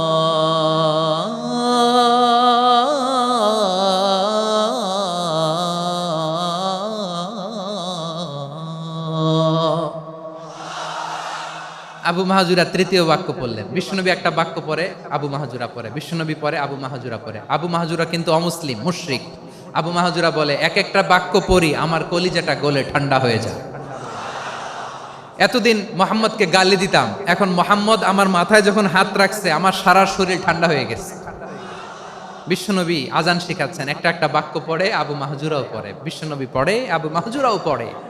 পুরো বাক্যগুলো যখন শেষ, আজান শেষ, আবু মাহাজুরাও যখন পুরো আজান পড়লেন, আবু মাহাজুরা বললেন, এতদিন মোহাম্মদের চেহারা দেখলে আমার ঘৃণা লাগতো, আজ থেকে মোহাম্মদের চেহারার চেয়ে প্রিয় চেহারা আমার কাছে নাই। আবু মাহাজুরা বললেন, ও মুহাম্মদ, আজানের বাক্য তো আপনি আমারে শেখালেন, এখানেই শেষ করবেন না, আপনি আমারে পড়ায় দেন লা ইলাহা ইল্লাল্লাহু মুহাম্মাদুর রাসূলুল্লাহ সাল্লাল্লাহু আলাইহি ওয়াসাল্লাম। বিশ্বনবীর সাথে দাঁড়িয়ে উনি শাহাদা পড়ে মুসলমান হয়ে গেলেন। এবার আবু মাহাজুরা বলে, ইয়া রাসূলুল্লাহ, ইয়া হাবিবাল্লাহ, আমি মুমিন হয়েছি, মুসলমান হয়েছি, আপনার কাছ থেকে আজান শিখার সৌভাগ্য আমি লাভ করেছি গো নবী। আমার কণ্ঠের বড় তারিফ করেছেন আপনি, আমার আজানকে আপনি পছন্দ করেছেন। একটা জিনিস আপনার কাছে চাই, আপনি আমাকে মক্কার মসজিদুল হারামের মুয়াজ্জিন হিসেবে অ্যাপয়েন্ট করে দে। বিষ্ণু ইসা ইসলাম বললেন, যাও আবু মাহজুরা, আমি তোমাকে পৃথিবীর শ্রেষ্ঠতম মসজিদ মক্কার মসজিদুল হারামের মুয়াজ্জিন হিসেবে অ্যাপয়েন্ট করে দিলাম। দেখছেন কিভাবে ট্যালেন্ট হান্টিং করতে হয়, কিভাবে হিউম্যান রিসোর্স মানব সম্পদকে ব্যবহার করতে হয়। আসছিল আজানকে ভেঙাইতে, আসছিল কেন? আজানকে ব্যঙ্গ করার জন্য, বিকৃত করার জন্য। আজানকে বিকৃত করতে যে ইসলামের সবচেয়ে শ্রেষ্ঠ মসজিদের মুয়াজ্জিন হয়ে গেল। পড়েন সুবহানাল্লাহ। হযরত আবু মাহজুরা রাদিয়াল্লাহু তাআলা আনহু ওনার এই সুললিত কণ্ঠ ব্যবহার করে মসজিদুল হারামে এত সুন্দর করে আল্লাহু আকবার বলে আজান দিতেন। মানুষগুলোর, মুসল্লিগুলোর, মক্কাবাসীর হৃদয়কে তিনি বিগলিত করে দিতেন, মানুষের হৃদয়কে ঠান্ডা হয়ে যেত। শুধু এখানেই শেষ না আমার যশোরের ভাইয়েরা। বিশ্বনবী যখন সাইয়েদনা আবু মাহজুরা রাদিয়াল্লাহু তাআলা আনহুকে আজান শিখাচ্ছিলেন, বলেন তো বিশ্বনবীর হাতটা কোথায় ছিল? আবু মাহজুরার মাথার সামনে, এই চুলের উপরে ছিল। আবু মাহজুরা ওই স্মৃতিটাকে ধারণ করবার জন্য, ওই স্মৃতিকে বহন করার জন্য বিশ্বনবীর মোবারক হাত আবু মাহজুরার কপালের চুলের যেই জায়গায় লেগেছে, মৃত্যুর আগের দিন পর্যন্ত আবু মাহজুরা মাথার ওই চুলে কোনোদিন ছুরি আর কামার লাগায় নাই, সেখানে কেচি লাগায় নাই, চুলের মধ্যে খুর লাগায় নাই। আবু মাহজুরা ডান দিকের চুল কাটতো, বাম দিকের চুল কাটতো, পেছনের চুল কাটতো, সামনের চুল কাটতো না। আবু মাহজুরা রাদিয়াল্লাহু তাআলা আনহুর সামনের চুলগুলো বড় হতে হতে যখন এত বড় হয়ে যায়, তিনি চুলগুলো পেঁচিয়ে মাথার মধ্যে রাখতেন, তারপরে তিনি পাগড়ি পরতেন। সবাই জিজ্ঞেস করতো, আবু মাহজুরা, এটা আবার কেমন স্টাইল? দেখতে তোমারে কি বিদঘুটে লাগে, কেমন অড লাগে, কেমন খারাপ দেখা যায়। মক্কায় এমন কোন মানুষ তো দেখি নাই, ডানে চুল কাটে, বায়ে চুল কাটে, পেছনে চুল কাটে, সামনে কাটে না। ওরে আবু মাহজুরা, কেমন দেখা যায় তোমারে, তুমি সামনের চুল কাটো না কেন? আবু মাহজুরা বলে, আমি হাঁটু গেড়ে পেয়ারা নবীর সামনে বসেছিলাম, আমার এই মাথার চুলের মধ্যে মুবারক হাত লাগিয়ে বিশ্বনবী নিজে আমাকে আজানের প্রতিটা বাক্য শিক্ষা দিয়েছেন। বিশ্বনবীর মোবারক হাত, পবিত্র হাত আমার মাথার চুলের যেই জায়গায় লেগেছে, আমি চাই ওই চুলগুলা নিয়ে আমি আমার কবরের ভিতরে যাব। সাইয়েদনা আবু মাহজুরা রাদিয়াল্লাহু তাআলা আনহু ইন্তেকালের আগের পর্যন্ত মাথার সামনের চুলগুলা কাটে নাই। মাথার সামনের চুল তিনি কাটেন নাই। সুবহানাল্লাহ বিহামদি। কেমন ভালোবাসতেন বিশ্বনবী সাহাবীদেরকে, সাহাবারা কেমন ভালোবাসতেন বিশ্বনবীকে। সামনের চুলগুলো বড় হতে হতে এত বড় ছিল, পেঁচিয়ে রেখে পাগড়ি পরতেন, কাটতেন না। নবীর হাত লেগেছিল, সুবহানাল্লাহ পড়েন। তাহলে what is the lesson? Moral of the story কি? মোরাল অফ দ্য স্টোরি হচ্ছে, আসছিল আজানকে ব্যঙ্গ করার জন্য, বিকৃত করার জন্য, হয়ে গেল মসজিদুল হারামের মুয়াজ্জিন। দেখেন বিশ্বনবী একটা খারাপ সিচুয়েশনের মধ্যে থেকে কি ভালো জিনিস বের করে আনলেন। আমি যে শুরুতে বলেছি কিভাবে তিনি হিউম্যান রিসোর্সকে ডেভেলপ করেছেন, ম্যানেজ করেছেন। তিনি যে চৌকস ট্যালেন্ট হান্টার ছিল, দেখেন সবার মধ্যে থেকে এর বাছাই করে মুয়াজ্জিন বানাই দিয়েছেন। সুবহানাল্লাহ পড়েন। তার মানে এই না সবাইরে ধরে ধরে উনি মুয়াজ্জিন বানাইছেন। যার যেই ট্যালেন্ট আছে তাকে ওই কাজে অ্যাসাইন করেছেন। যার যেই প্রতিভা আছে তার প্রতিভাকে ইসলামের কাজে লাগিয়েছেন। সুবহানাল্লাহ পড়েন। যায়েদ বিন সাবেত রাদিয়াল্লাহু তাআলা আনহু নাম শুনেছেন? যশোর কথা বেরোয় না। যদি জিগায় সালমান খানের নাম শুনছেন, সবাই হাত তুলবে, জি হুজুর শুনছি, মানে সব দেখা শেষ। সালমান খান, আমির খান, অমুক খান, সব খান মুখস্থ, কিন্তু যায়েদ বিন সাবেতের নাম মুখস্থ নাই মুসলমানদের। যেই সাহাবী মাথার সামনের চুল কাটে নাই, মসজিদুল হারামের মুয়াজ্জিন বানাইছেন বিশ্বনবী, সাহাবীর নাম কি? খায়া ফেলাইস, স্লোগানের সাথে খায়া ফেলাইস। আবু মাহজুরা, কি নাম? আবু মাহজুরা আল জুমাহি রাদিয়াল্লাহু তাআলা আনহু। এই নামটা আজকে নিয়ে যাইতে হবে যশোর। আবু মাহজুরা রাদিয়াল্লাহু তাআলা আনহু। 2 নম্বরে বলছিলাম যায়েদ বিন সাবেত রাদিয়াল্লাহু তাআলা আনহু।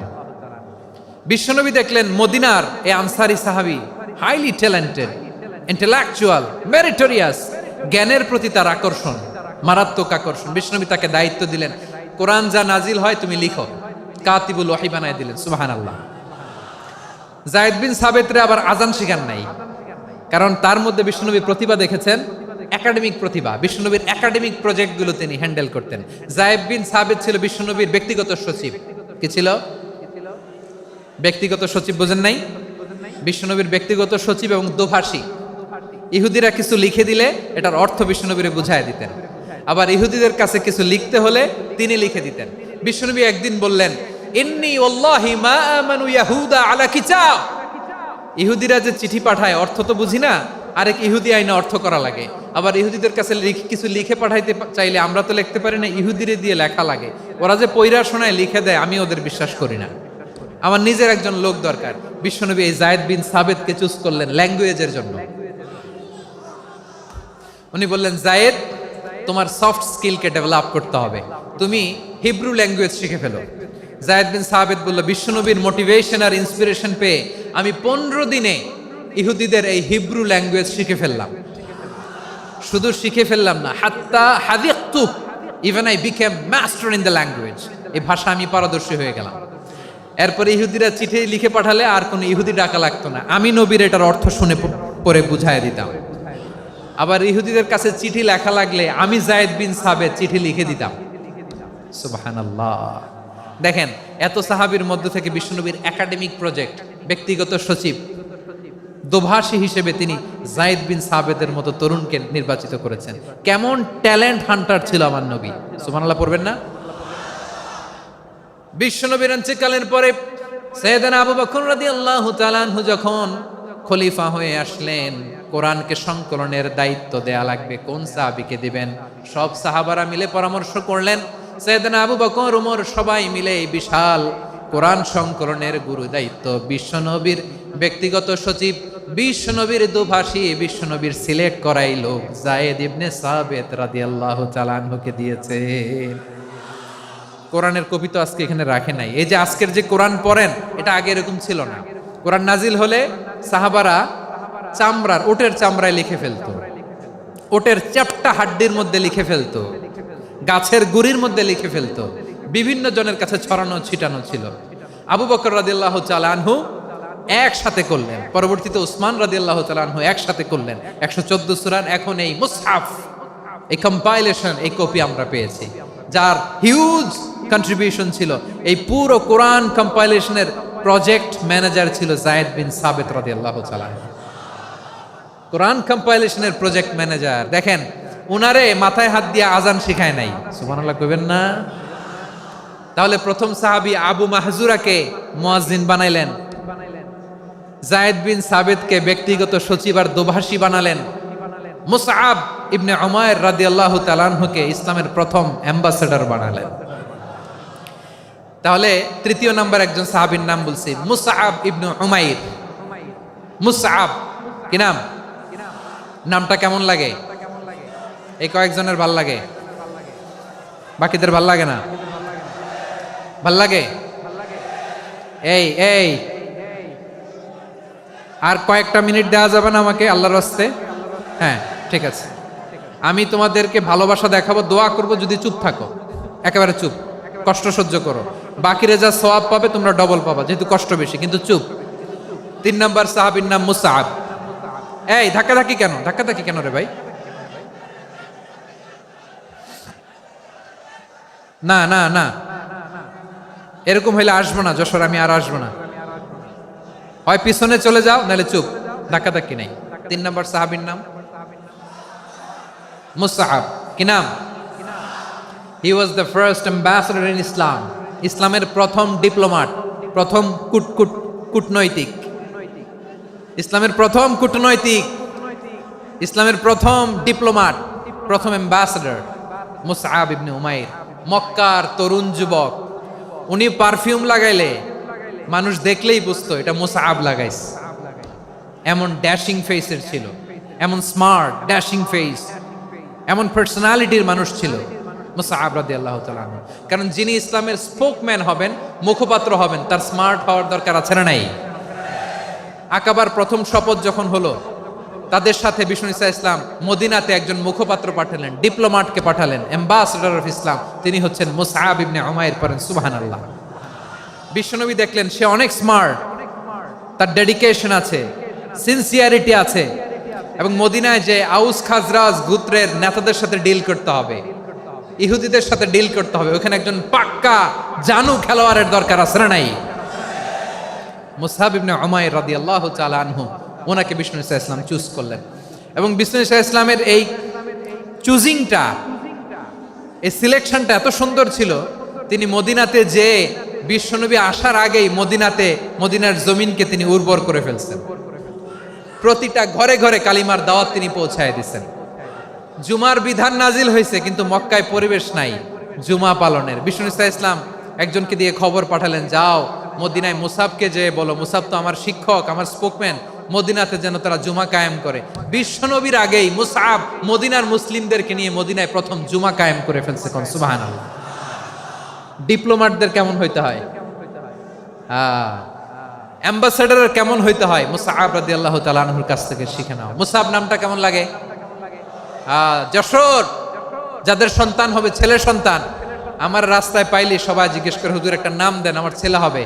যশোরবাসীর জন্য আমি একটা নাম দিয়ে দিলাম, নাম রাখতে হবে মুসআব। কি নাম? নামটা যাদের ভাল লাগে, ছেলে সন্তান অনাগত আসবে, মনে চাইলে নাম রেখে দিবেন মুসআব রাদিয়াল্লাহু তাআলা আনহুর নামে মুসআব। তাহলে মুসআব রাদিয়াল্লাহু তাআলা আনহুকে বিশ্বনবী ল্যাঙ্গুয়েজ শিখান নাই, সফট স্কিল শিখান নাই। যায়েদ রাদিয়াল্লাহু তিনি হিব্রু ল্যাঙ্গুয়েজ শিখেছেন, সুরিয়ানি শিখেছেন, কিন্তু মুসআবকে তিনি বানিয়েছেন the spokesman of Islam, the first diplomat, the ambassador of Islam. সুবহানাল্লাহ পড়বেন না? আব্দুল্লাহ ইবনে আব্বাস রাদিয়াল্লাহু তাআলা আনহু বিশ্বনবীর কাজিন, চাচাতো ভাই। আবার মাইমুনা রাদিয়াল্লাহু তাআলা আনহু, মাইমুনা নবীর স্ত্রী, তিনি ছিলেন আব্দুল্লাহর আপন খালা। তো নবীর বউ যদি ওনার খালা হয়, নবী তার কি? বুঝে নাই, নবী তার কি? খালু। তাহলে সম্পর্ক অনেক গভীর, কাজিন আবার খালু। ছোট্ট মানুষ, তাই রাতে মাঝে মাঝে ঘরে থাকতো। বিশ্বনবী দেখলেন আব্দুল্লাহ যেহেতু আমার ঘরে ঢুকতে পারে, আব্দুল্লাহরে এই উম্মতের বড় শিক্ষাবিদ বানাইতে হবে। কথা বোঝে নাই? আব্দুল্লাহকে কি বানাইতে হবে? শিক্ষাবিদ, এডুকেটর অফ দিস উম্মাহ, এই উম্মার শিক্ষাবিদ বানাইতে হবে। তাই আব্দুল্লাহ ইবনে আব্বাসকে বিশ্বনবী হাতে কলমে শিক্ষা দিয়েছেন। আহারে, আর এরপরে যে কি ভাষা আসবে তোমাদের জন্য আমার মুখ থেকে আমি নিজেও জানি না, আমি নিজেও জানি না। 1 ঘন্টা যাবত ধাক্কা ধাক্কি মারামারি। তো আসতে বলছে কে তোমাকে? পেছনে চলে যাও, জায়গা না পেলে। পুরো প্রোগ্রামটাই নষ্ট করে দিল।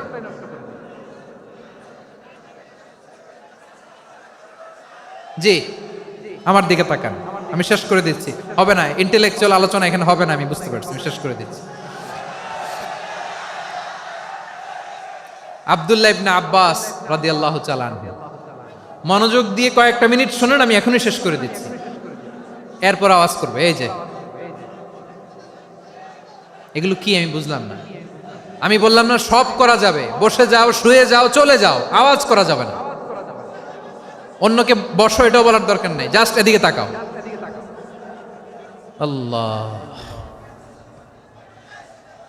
আব্দুল্লাহ ইবনে আব্বাস রাদিয়াল্লাহু তাআলা আনহু, উনাকে বিশ্বনবী হাতে কলমে শিক্ষা দিয়েছেন, যেহেতু উম্মতের শিক্ষাবিদ হবেন, এডুকেটর হবেন। তো বিশ্বনবী রাতে যখন তাহাজ্জুদ পড়তেন, ছোট্ট আব্দুল্লাহ ঘরে থাকতো। বুঝতে পেরেছেন? ছোট্ট মানুষ তো ঘরে থাকতো। তো বিশ্বনবী তাহাজ্জুদের জন্য একবার দাঁড়িয়েছেন, ছোট্ট আব্দুল্লাহ ওযু করে দাঁড়াইছে। আচ্ছা বলেন তো, ইমাম আর মুসল্লি মোট যদি দুইজন হয়, একজন ইমাম একজন মুসল্লি, তো মুসল্লি ইমামের কোন দিকে দাঁড়াবে? ডানে দাঁড়াবে। ছোট্ট আব্দুল্লাহ বুঝে নাই, বিশ্বনবী তাহাজ্জুদ শুরু করেছেন, উনি ইক্তেদা করছেন আর দাঁড়াইছেন বায়ে। কোথায় দাঁড়িয়েছেন? আব্দুল্লাহ বলেন, যখন আমি বায়ে দাঁড়ালাম, আখাযা রাসূলুল্লাহ সাল্লাল্লাহু আলাইহি ওয়াসাল্লাম উযুনি আল ইউমনা ইয়াফতিলুহা, বিশ্বনবী নামাজরত অবস্থায় আমার কান ধরে টেনে আমার ডান দিকে এনে দাঁড় করায় দিলেন। পড়েন সুবহানাল্লাহ। দেখেন হাতে কলমে শিক্ষা। আর জীবনে ভুলাবে? কথা কয় না, আর ভুলাবে? আর ভুল হবে না। এভাবে বিশ্বনবীর অনেক সঙ্গ পেয়েছেন, সফর করেছেন, একই বাহনে বসেছেন, এক বাহনে বসে লম্বা নাসিহত করেছেন, বলেছেন, ইয়া গোলাম ইহফাজিল্লাহ ইয়াহফাজকা, ইহফাজিল্লাহ তাজিদহু তুজাহাক, ইযা সাআলতা ফাসআলিল্লাহ ওয়া ইযা ইসতাআনতা ফাসতাইন বিল্লাহ। আল্লাহর বিধান মানো, আল্লাহর বিধান রক্ষা করো, আল্লাহ তোমায় রক্ষা করবে। আব্দুল্লাহ, চাইতে হলে আল্লাহর কাছে চাও, সাহায্য চাইতে হলে আল্লাহর কাছে সাহায্য চাও। মনে রাখো, গোটা বিশ্বের সবাই যদি তোমার সাহায্য করতে চায়, ততটুকুই করতে পারবে যতটুকু আল্লাহ তোমার নসিবে রেখেছে।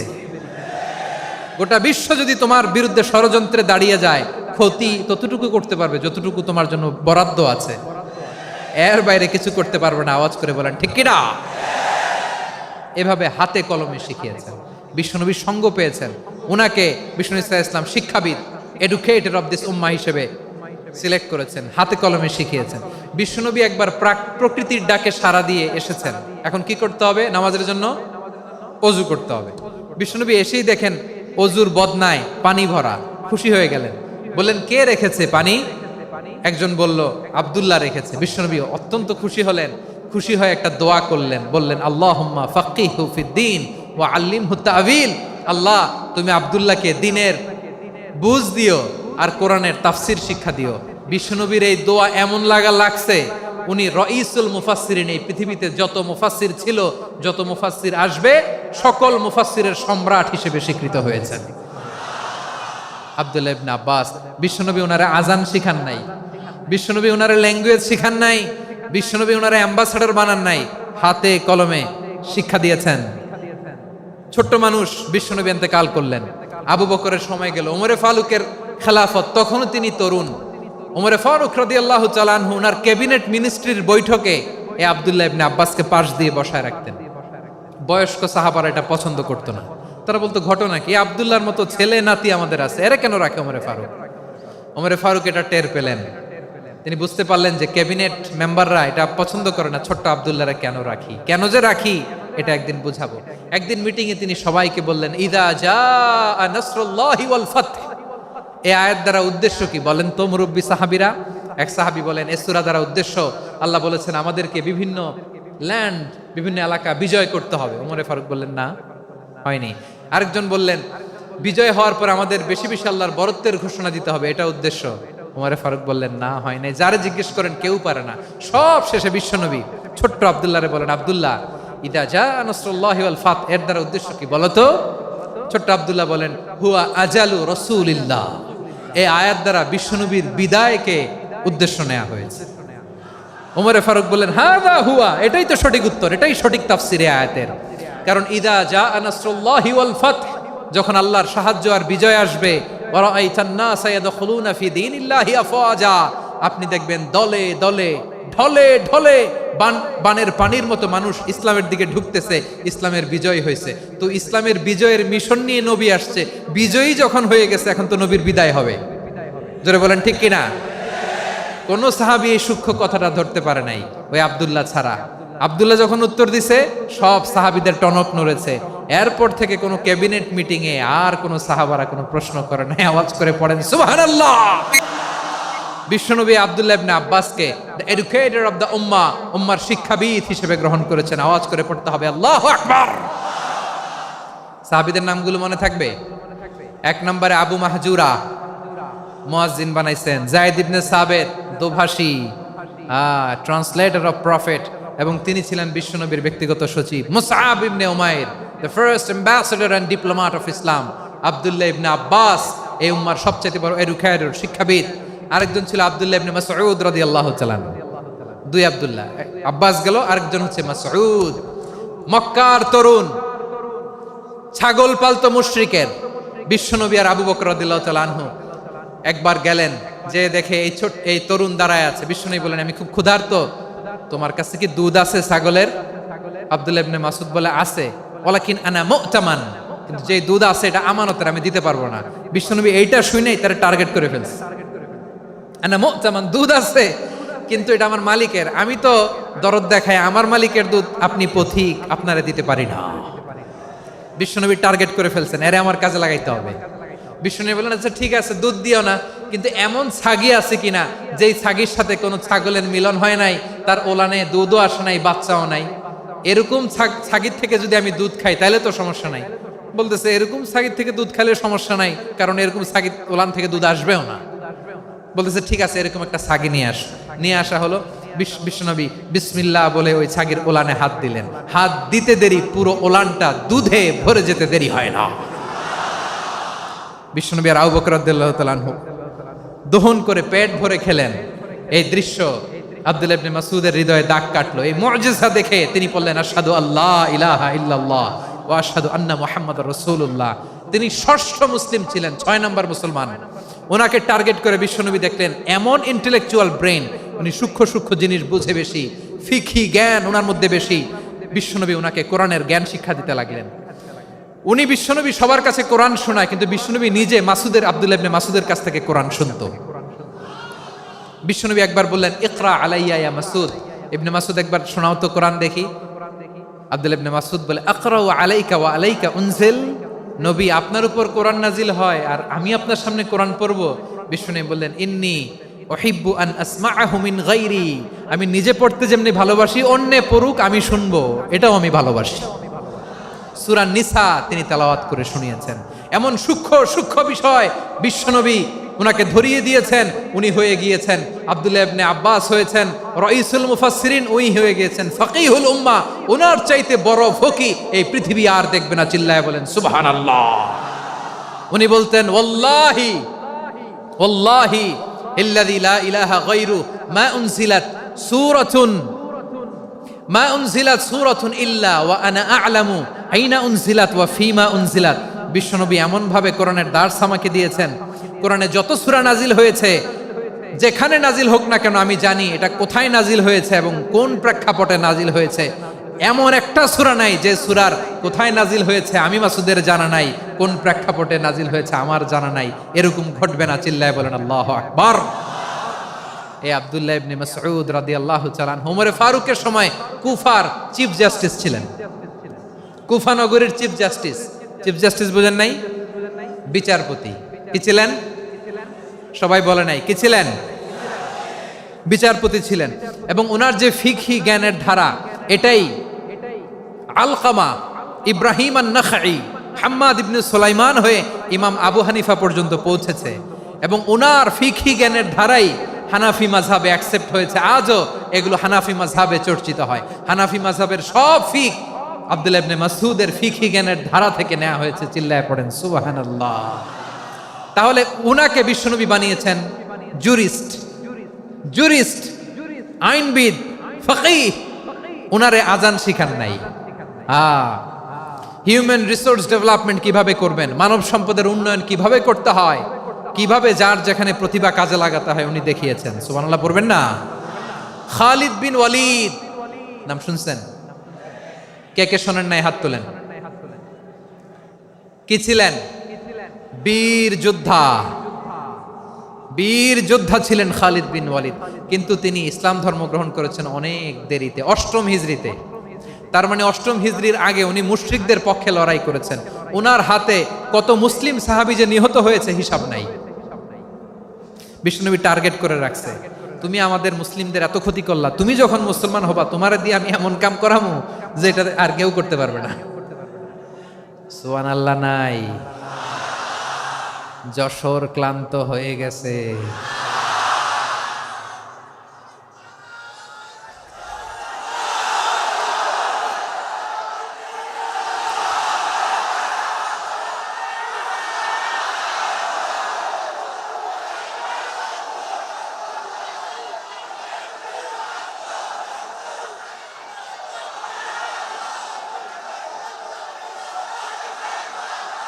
মাশাআল্লাহ, বসুন বসুন বসুন। খালিদ বিন ওয়ালিদ রাদিয়াল্লাহু তাআলা 8ম হিজরিতে মুসলিম হয়েছেন, মক্কা বিজয়ের আগে। তো মক্কা বিজয়ের আগে যখন মুসলিম হয়েছেন, এর আগে কি করছেন? কাফিরদের সাথে যুদ্ধ করেছেন। উনি উহুদের যুদ্ধে মুসলমানদের যে পরাজয় ভাব, কঠিন পরিস্থিতির মুখোমুখি উনার কারণে পেছন থেকে এমন আতর্কিত আক্রমণ করেছেন, মুসলমানদেরকে কচুকাটা করেছেন। 8ম হিজরিতে আল্লাহ তাআলা হেদায়েতের নূর দিয়ে ওনার হৃদয়টাকে উজালা করে দিলেন। লা ইলাহা এটা এমন বাণী যার হৃদয়ে একবার টাচ খাবে, এইটা থেকে সে আর পালিয়ে বেড়াতে পারে। ঝিনুকের ভেতর লুকিয়ে থাকে যেমন মতি, ঝিনুকের ভেতর লুকিয়ে থাকে যেমন মতি, কলমা শাহাদাতে আছে আল্লাহর জ্যোতি, কলমা শাহাদাতে আছে আল্লাহর জ্যোতি। ঠিক কিনা বলেন? মক্কা বিজয়ের আগে মুসলিম হলেন, হওয়ার পরেই বিশ্বনবীর টার্গেট ফুলফিল হলো। ওই যে টার্গেট করে রেখেছেন আর দোয়া করেছেন, খালিদ বিন ওয়ালিদ যদি মুসলিম হয় তাকে আমি মিলিটারি চিফ বানাবো। ওনাকে আজান শিখান নাই, ওনারে কান ধইরা নামাজের এই মাথা থেকে ওই মাথা আনান নাই, ফিকহি কোরআনের সূক্ষ্ম তাফসীর ওনারে শিখান নাই, অ্যাম্বাসেডর বানান নাই। বিষ্ণু ইসলাম উনাকে সামরিক অভিযানে প্রেরণ করেছেন। সামরিক অভিযানে তিনি প্রেরণ করেছেন। উনার জীবদ্দশায় উনার নেতৃত্বে যতগুলো যুদ্ধ হয়েছে, একটা যুদ্ধেও তিনি পরাজয় বরণ করেন নাই। ওমরে ফারুকের সময়কালে তিনি চিফ অফ মুসলিম মিলিটারি, মানে মুসলিম সেনাপতি হয়েছেন। যশোর আওয়াজ করো, ঠিক কিনা বলো? সেনাপতি, মুসলিম সেনাপতি। তাহলে কিভাবে হিউম্যান রিসোর্স ব্যবহার করতে হয় গোটা বিশ্ব আমার নবীর কাছ থেকে শিখে নাও। খালিদ বিন ওয়ালিদ, ওনাকে বিশ্বনবী একটা উপাধি দিয়েছেন। উপাধিটা হচ্ছে সাইফুল্লাহিল মাসলুল, আল্লাহর নাঙ্গা তরবারি, আল্লাহর খোলা তরবারি, দ্য ওপেন সোর্ড অফ আল্লাহ।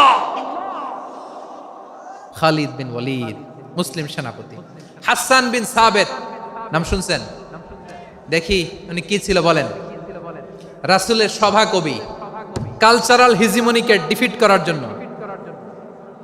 উনি ভালো অস্ত্র চালানো জানতেন না, ওই কাজে উনি যেতেন না।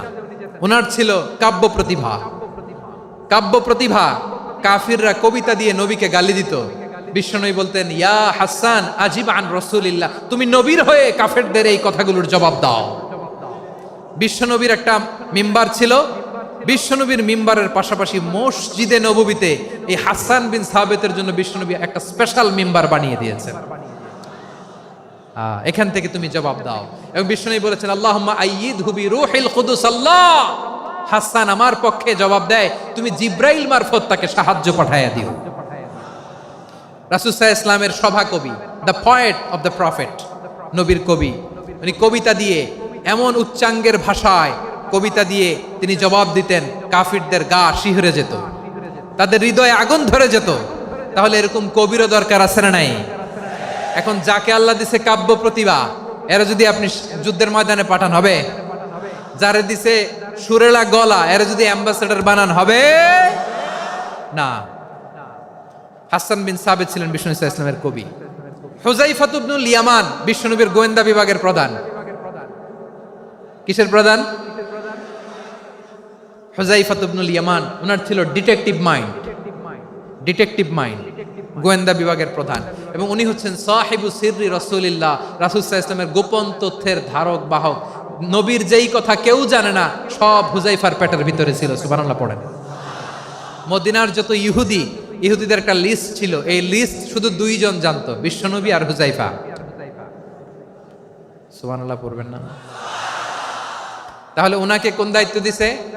কোন বিভাগ? যশোর। আওয়াজ করো, কোন বিভাগ?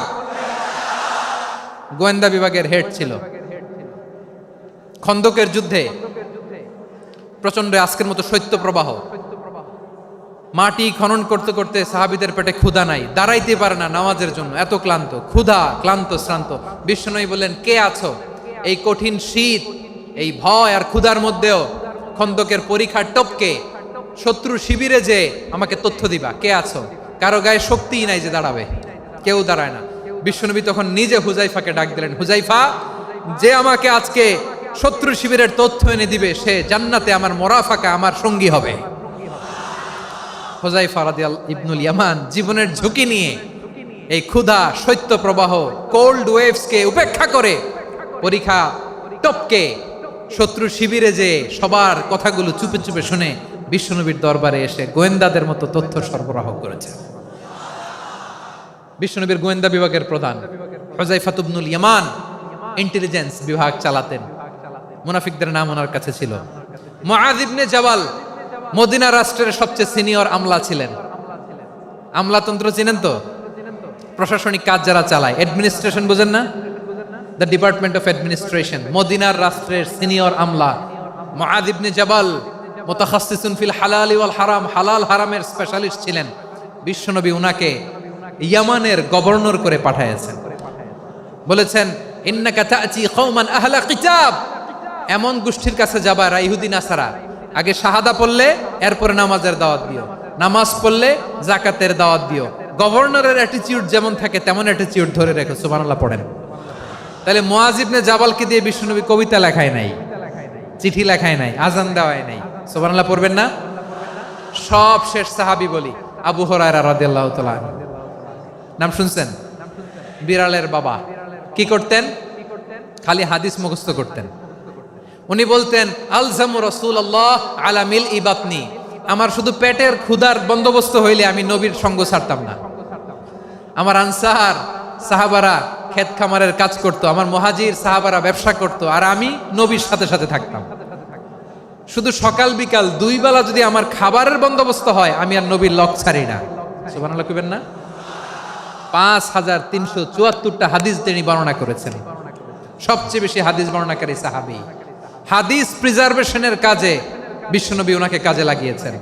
উনি একদিন বলেন, ইয়া রাসূলুল্লাহ আসমাউ মিনকা কাসীরান ফালা আহফাজু, নবী অনেক কথা শুনি আমার মনে থাকে না। বিষ্ণু বললেন, তাই? উবসুত রিদাক, তোমার চাদরটা বিছাও। আবু হুরায়রা বিছালেন, বিশ্বনবী হাত বুলায় দিলেন, এরপরে অনেক হাদিস বর্ণনা করলেন। আবু হুরায়রা বলে, তারপর থেকে বিশ্বনবী যাই বর্ণনা করে আমি শুনি আর একটাও বলি না। এখন সুবহানাল্লাহ। বিশ্বনবী ওনাকে হাদিস প্রিজার্ভেশন, নবীর এই যে লক্ষ্য হাদিস প্রিজার্ভেশনের এই দায়িত্ব দিয়েছেন সাইয়েদনা আবু হুরায়রা রাদিয়াল্লাহু তাআলা আনহুকে। প্রিয় ভাইরা, তাহলে 10 জন সাহাবীর কথা যে বললাম, আপনারা কি খেয়াল করেছেন কত বড় ট্যালেন্ট হান্টার, চৌকস ট্যালেন্ট হান্টার ছিল আমার নবী। এক একজনের এক এক ট্যালেন্ট, এক এক কাজে অ্যাসাইন করেছেন, এক একজনকে এক এক দায়িত্ব দিয়েছেন, এক একজনের প্রতিভাকে এক একভাবে বিকশিত হওয়ার সুযোগ দিয়েছেন। আওয়াজ করে বলেন ঠিক কি না? এখন আমার পর্দার আড়ালে আমার মায়েরা বলবে, এতগুলো পুরুষ সাহাবীর কথা বললো, নারী সাহাবীরা কি কিছু করে নাই? হ্যাঁ, একজন নারী সাহাবীর কথা বলে মোনাজাত হবে, দোয়া ছাড়া কেউ যাব না। রুফাইদা আল আসলামিয়া রাদিয়াল্লাহু তাআলা আনহা, ওনার বাবার নাম সাআদ আল আসলামি। বিশ্বনবী কি খেয়াল করলেন দেখেন, সাআদ ছিল মদিনার বড় ডাক্তার। এই নারী সাহাবী রুফাইদা বাবার কাছ থেকে চিকিৎসা বিদ্যা শিখেছেন। যখন শিখছে বিশ্বনবী দেখলেন, আমার তো প্রতি সপ্তাহে সপ্তাহে যুদ্ধে আহত সাহাবীদের সেবা দিবে কে? বিশ্বনবী রুফাইদাকে বললেন, রুফাইদা তুমি মসজিদে নববীর পাশে একটা মেডিকেল ক্যাম্প করো। এই যে সাকিনা আদ্দিন মেডিকেলের আমার ছাত্রী বন্ধুরা শুনে রাখো, তোমাদের আইকন হচ্ছে এই রুফাইদা আল আসলামিয়া। বিশ্বনবীর ডিরেকশন অনুযায়ী তিনি মসজিদে নববীর পাশে একটা মেডিকেল ক্যাম্প করলেন এবং আহত সাহাবাদের চিকিৎসা উনি ওনার টিম নিয়ে দিতেন। বিশ্বনবীর পরামর্শে উনি আনসারি এবং মুহাজির মহিলা সাহাবীদেরকে নিয়ে একটা স্পেশাল মেডিকেল টিম গঠন করলেন। খায়বার যুদ্ধে 7ম হিজরিতে যখন বিশ্বনবী যায়, উনি ওনার টিম নিয়ে আসলেন, বললেন, ইয়া রাসূলুল্লাহ, আমরা তো তলোয়ার চালাতে পারি না, আমরা তো তীর মারতে পারি না, আপনি যদি অনুমতি দেন খায়বার অভিযানে আমি আমার টিম নিয়ে মেডিকেল টিমের সেবাটা সার্ভিসটা দিতে চাই। পড়েন সুবহানাল্লাহ। বিশ্বনবী অনুমতি দিলেন। যোদ্ধা সাহাবীদের সাথে রুফাইদা আল আসলামিয়া উনিও মেডিকেল টিম নিয়ে অগ্রসর হলেন। খায়বারের প্রতিটা আহত ইনজুর্ড সাহাবী যারা ইনজুরি শিকার হয়েছেন সবাই রুফাইদা আল আসলামিয়ার এই মেডিকেল ক্যাম্প থেকে চিকিৎসা সহায়তা পেয়েছেন। সুবহানাল্লাহ পড়েন। দেখেন কিভাবে বিশ্বনবী ট্যালেন্ট বাছাই করতেন। আপনি অবাক হবেন, বাহরাইনের মেডিকেল ইউনিভার্সিটিতে রুফাইদা আল আসলামিয়া মেডিকেল প্রাইজ অ্যাওয়ার্ড প্রতি বছর দেয়া হয়। যদি 8 দিনের এই মেডিকেল আমার বোনেরা যদি জেনে থাকো জানো, না হলে নতুন করে জানো, সার্চ দিও রুফাইদা আল আসলামিয়া মেডিকেল অ্যাওয়ার্ড বাহরাইনের ইউনিভার্সিটিতে দেয়া হয়। প্রিয় ভাইয়েরা, তাহলে আলোচনার সামারি আমরা করি। বিশ্বনবী যার যেখানে ট্যালেন্ট তাকে ওইখানে কাজে লাগাতেন। আওয়াজ করে বলেন ঠিক কিনা? এবার একটা ইন্টারভিউ হবে, আওয়াজ করে বলেন, আবু মাহজুরাকে বিশ্বনবী কি বানাইছেন? হ্যাঁ, ভুলে গেছেন? সামনের চুলে হাত দিয়ে বিশ্বনবী কি সুন্দর গলায় আজান শিখালেন। মুয়াজ্জিন। যায়েদ বিন সাবিতকে একাডেমিক প্রজেক্টের দায়িত্ব দিয়েছেন, তিনি ছিলেন বিশ্বনবীর দোভাষী ব্যক্তিগত সচিব। মুসআব ইবনে উমাইর, the first ambassador of Islam. আব্দুল্লাহ ইবনে আব্বাস, উম্মার বড় শিক্ষাবিদ মুফাসসির। আব্দুল্লাহ ইবনে মাসউদ, আব্দুল্লাহ ইবনে মাসউদ ছিলেন জুরিস্ট। কি ছিলেন? জুরিস্ট ছিলেন, এই উম্মার সবচেয়ে বড় জুরিস্ট। খালিদ বিন ওয়ালিদ, সেনাপ্রধান। হাসান বিন সাবিত, হাসান বিন সাবিত ছিলেন বিশ্বনবীর সভাকবি। কি ছিলেন? বিশ্বনবীর সভাকবি ছিলেন। এরপরে হুযায়ফা ইবনুল ইয়ামান কি ছিলেন? গোয়েন্দা বিভাগের প্রধান। মুআয ইবনে জাবাল কি ছিলেন? সিনিয়র আমলা, ইয়ামানের গভর্নর। আবু হুরায়রা রাদিয়াল্লাহু তাআলা আনহু হাদিস প্রিজার্ভেশনের কাজ করেছেন। আর আমাদের রুফাইদা আল আসলামিয়া রাদিয়াল্লাহু তাআলা আনহা কি ছিলেন? নার্স ছিলেন। নার্স হয়ে মেডিকেল সেবা দিয়েছেন। প্রিয় ভাইয়েরা, পুরো আলোচনার যদি সামারি করি তাহলে বিশ্বনবী যেভাবে হিউম্যান রিসোর্সকে ম্যানেজ করেছেন, যার যেখানে প্রতিভা কাজে লাগিয়েছেন, আমরাও যদি করি আমাদের বাংলাদেশের চিত্র আমরা পাল্টে যেতে পারবো। আমরা শুরুতে শুনেছি মানুষের আছে অসীম সম্ভাবনা, প্রতিটা মানুষ অনন্য, যত্ন নিলে, যথাযথ পরিচর্যা করলে মানুষ বিশ্ব জয় করতে পারে। ঠিক কিনা? আমাদের হাফেজে কোরআনের সামনে দাঁড়াতে পারে এমন কোন হাফেজে কোরআন আল্লাহর জমিনে জন্ম হয় নাই। গোটা বিশ্ব কাঁপিয়ে তারা সেরা। আমাদের ক্রিকেটাররা সেরা, আমাদের তৈরি পোশাক শিল্প সেরা। এরকম অনেক অনেক সেরা জিনিস আছে, আমরা এগুলোরে নার্চারিং করতে পারি নাই, পরিচর্যা করতে পারি নাই, সঠিক তারবিয়াতের অভাব। তাহলে মানুষের অসীম সম্ভাবনাকে কাজে লাগাতে হবে। ঠিক কিনা বলেন? ইউনুস গভর্নমেন্টকে আমি বলবো, অল্প সময়ের জন্য আপনারা এসেছেন, সংস্কারও করতে হবে, আবার নির্বাচনও করতে হবে। সব সংস্কার হয়তো করতে পারবেন না, যতটুকু পারবেন এর মধ্যে আমাদের যে হিউজ ম্যান পাওয়ার, আমাদের যে মানব সম্পদ, হিউম্যান রিসোর্স, এটাকে ডেভেলপ করে আপনাদের যেতে হবে। যেটা পারবেন না সেটাকে পরবর্তী নির্বাচিত গভর্নমেন্টের কাছে রেখে যেতে হবে, যে তারা যেন করে, তাদের কাছে আপনারা এটা রেখে যাবেন। তাহলে মানুষ চাইলে বিশ্ব জয় করতে পারে। আর মানুষকে হারাতে পারে কেউ? জোরে বলো যশোর, মানুষকে হারাতে পারে কেউ? আল্লাহ আমাদেরকে জনসংখ্যা দিয়েছেন। প্রিয় ভাইয়েরা, এই জনসংখ্যা অনেক বড় সম্পদ, এটা আমাদের জন্য অভিশাপ নয়, আশীর্বাদ। আমাদের জনসংখ্যাকে যদি আমরা জনশক্তিতে রূপান্তর করতে পারি, আজকে বাংলাদেশ যে অবস্থানে দাঁড়িয়ে আছে, বাংলাদেশ তার 20 গুণ উন্নতির শিখরে চলে যাবে। চিল্লায় বলো ঠিক কিনা? আমাদের শ্রমিক ভাইয়েরা বাইরে কাজ করে, আমাদের শ্রমজীবী ভাইয়েরা, প্রবাসীরা, তাদের ব্যাপারে গুরুত্ব দিতে হবে। আমাদের শ্রমের দাম সবচেয়ে কম, সবচেয়ে কম। তারা এম্বাসিতে গুরুত্ব পায় না, এয়ারপোর্টে গুরুত্ব পায় না। এই সরকার অবশ্য তাদেরকে অনেক গুরুত্ব দিচ্ছে। আমাদের অদক্ষ শ্রমিককে যখন আমরা দুবাই পাঠাই অল্প বেতন পায়, কিন্তু ইন্ডিয়ানরা দক্ষ শ্রমিক পাঠাইলে তার 3 গুণ বেতন পায়। আমরা আমাদের শ্রমিকদেরকে অদক্ষভাবে আর পাঠাতে চাই না, দক্ষ শ্রমিক পাঠিয়ে আমরা রেমিটেন্সের বন্যা বইয়ে দেব। আমাদের শ্রমিকদের পাঠানো রেমিটেন্সের টাকায় সচল থাকে আমার দেশের অর্থনীতির চাকা। তাদেরকে সবচেয়ে গুরুত্ব দিতে হবে। আমরা পেয়েছি ফ্রিডম ফাইটার, মুক্তিযোদ্ধা, আর আমার প্রবাসী ভাইরা হচ্ছে রেমিটেন্স ফাইটার। জোরে বলো ঠিক কিনা?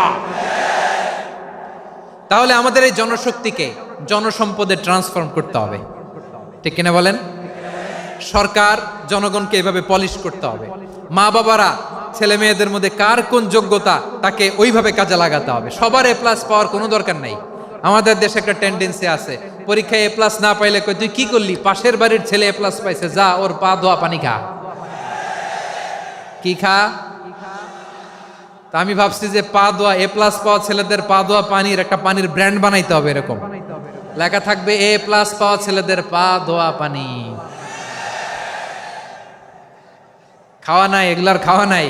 ওরে আল্লাহ এ প্লাস পাওয়ার জন্য বানাইছে, আর আপনার ছেলেকে এই এ প্লাস গুলারে নিয়ন্ত্রণ করার জন্য আল্লাহ বানাইছে। ওকে দিয়ে আল্লাহ কি করবে আপনি জানেনই না।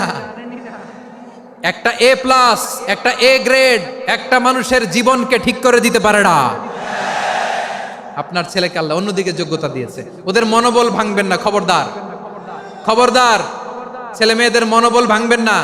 যাকে দিয়ে যেটা হবে তাকে দিয়ে সেটা করতে হবে, তার প্রতিভাকে সেভাবে কাজে লাগাতে হবে। তাহলে বাংলাদেশ, আমাদের এই জনসংখ্যা জনসম্পদে রূপান্তরিত হবে। আমাদের সরকারের তত্ত্বাবধানে আমাদের 18 কোটি জনগণ দক্ষ জনশক্তিতে রূপান্তরিত হোক। আমরা চাই কি চাই না? আমরা ভালো মানুষ, শ্রেষ্ঠ মানুষ হতে চাই কি চাই না? ওই জাপানিজদের মতো সৎ, ওই ইউরোপিয়ানদের মতো কালচার্ড। আমাদেরকে আল্লাহ তাআলা কোরআন সুন্নাহ অনেক কিছু দিয়েছেন। যেহেতু বর্তমানে আমরা দেখছি তারা সৎ, তাদের মধ্যে ভ্যালিউ আছে, সেগুলো আমাদের মধ্যে আনার দরকার আছে না নাই?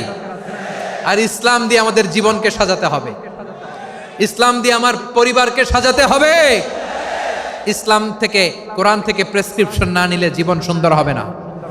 কোরআন থেকে প্রেসক্রিপশন না নিলে সমাজ সুন্দর হবে না। কোরআনের প্রেসক্রিপশন না মানলে রাষ্ট্র সুন্দর হবে না। কোরআনের প্রেসক্রিপশন অ্যাপ্লাই না করলে শুধু দুর্নীতি দমন কমিশন দিয়ে দুর্নীতি বন্ধ করা যাবে না। এজন্য কোরআনের আইন আমরা চাই কি চাই না? প্রিয় ভাইয়েরা, হিউম্যান রিসোর্স ডেভেলপমেন্ট, মানব সম্পদের উন্নয়ন, আমাদের সরকার যেন এদিকে নজর দেয়। আমরা যেন এই ব্যাপারে যত্নবান হয়ে উঠি।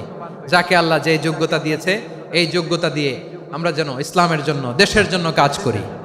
আমরা যেন আমাদের স্কিল ডেভেলপ করি, আমাদের পটেনশিয়ালকে ডেভেলপ করি।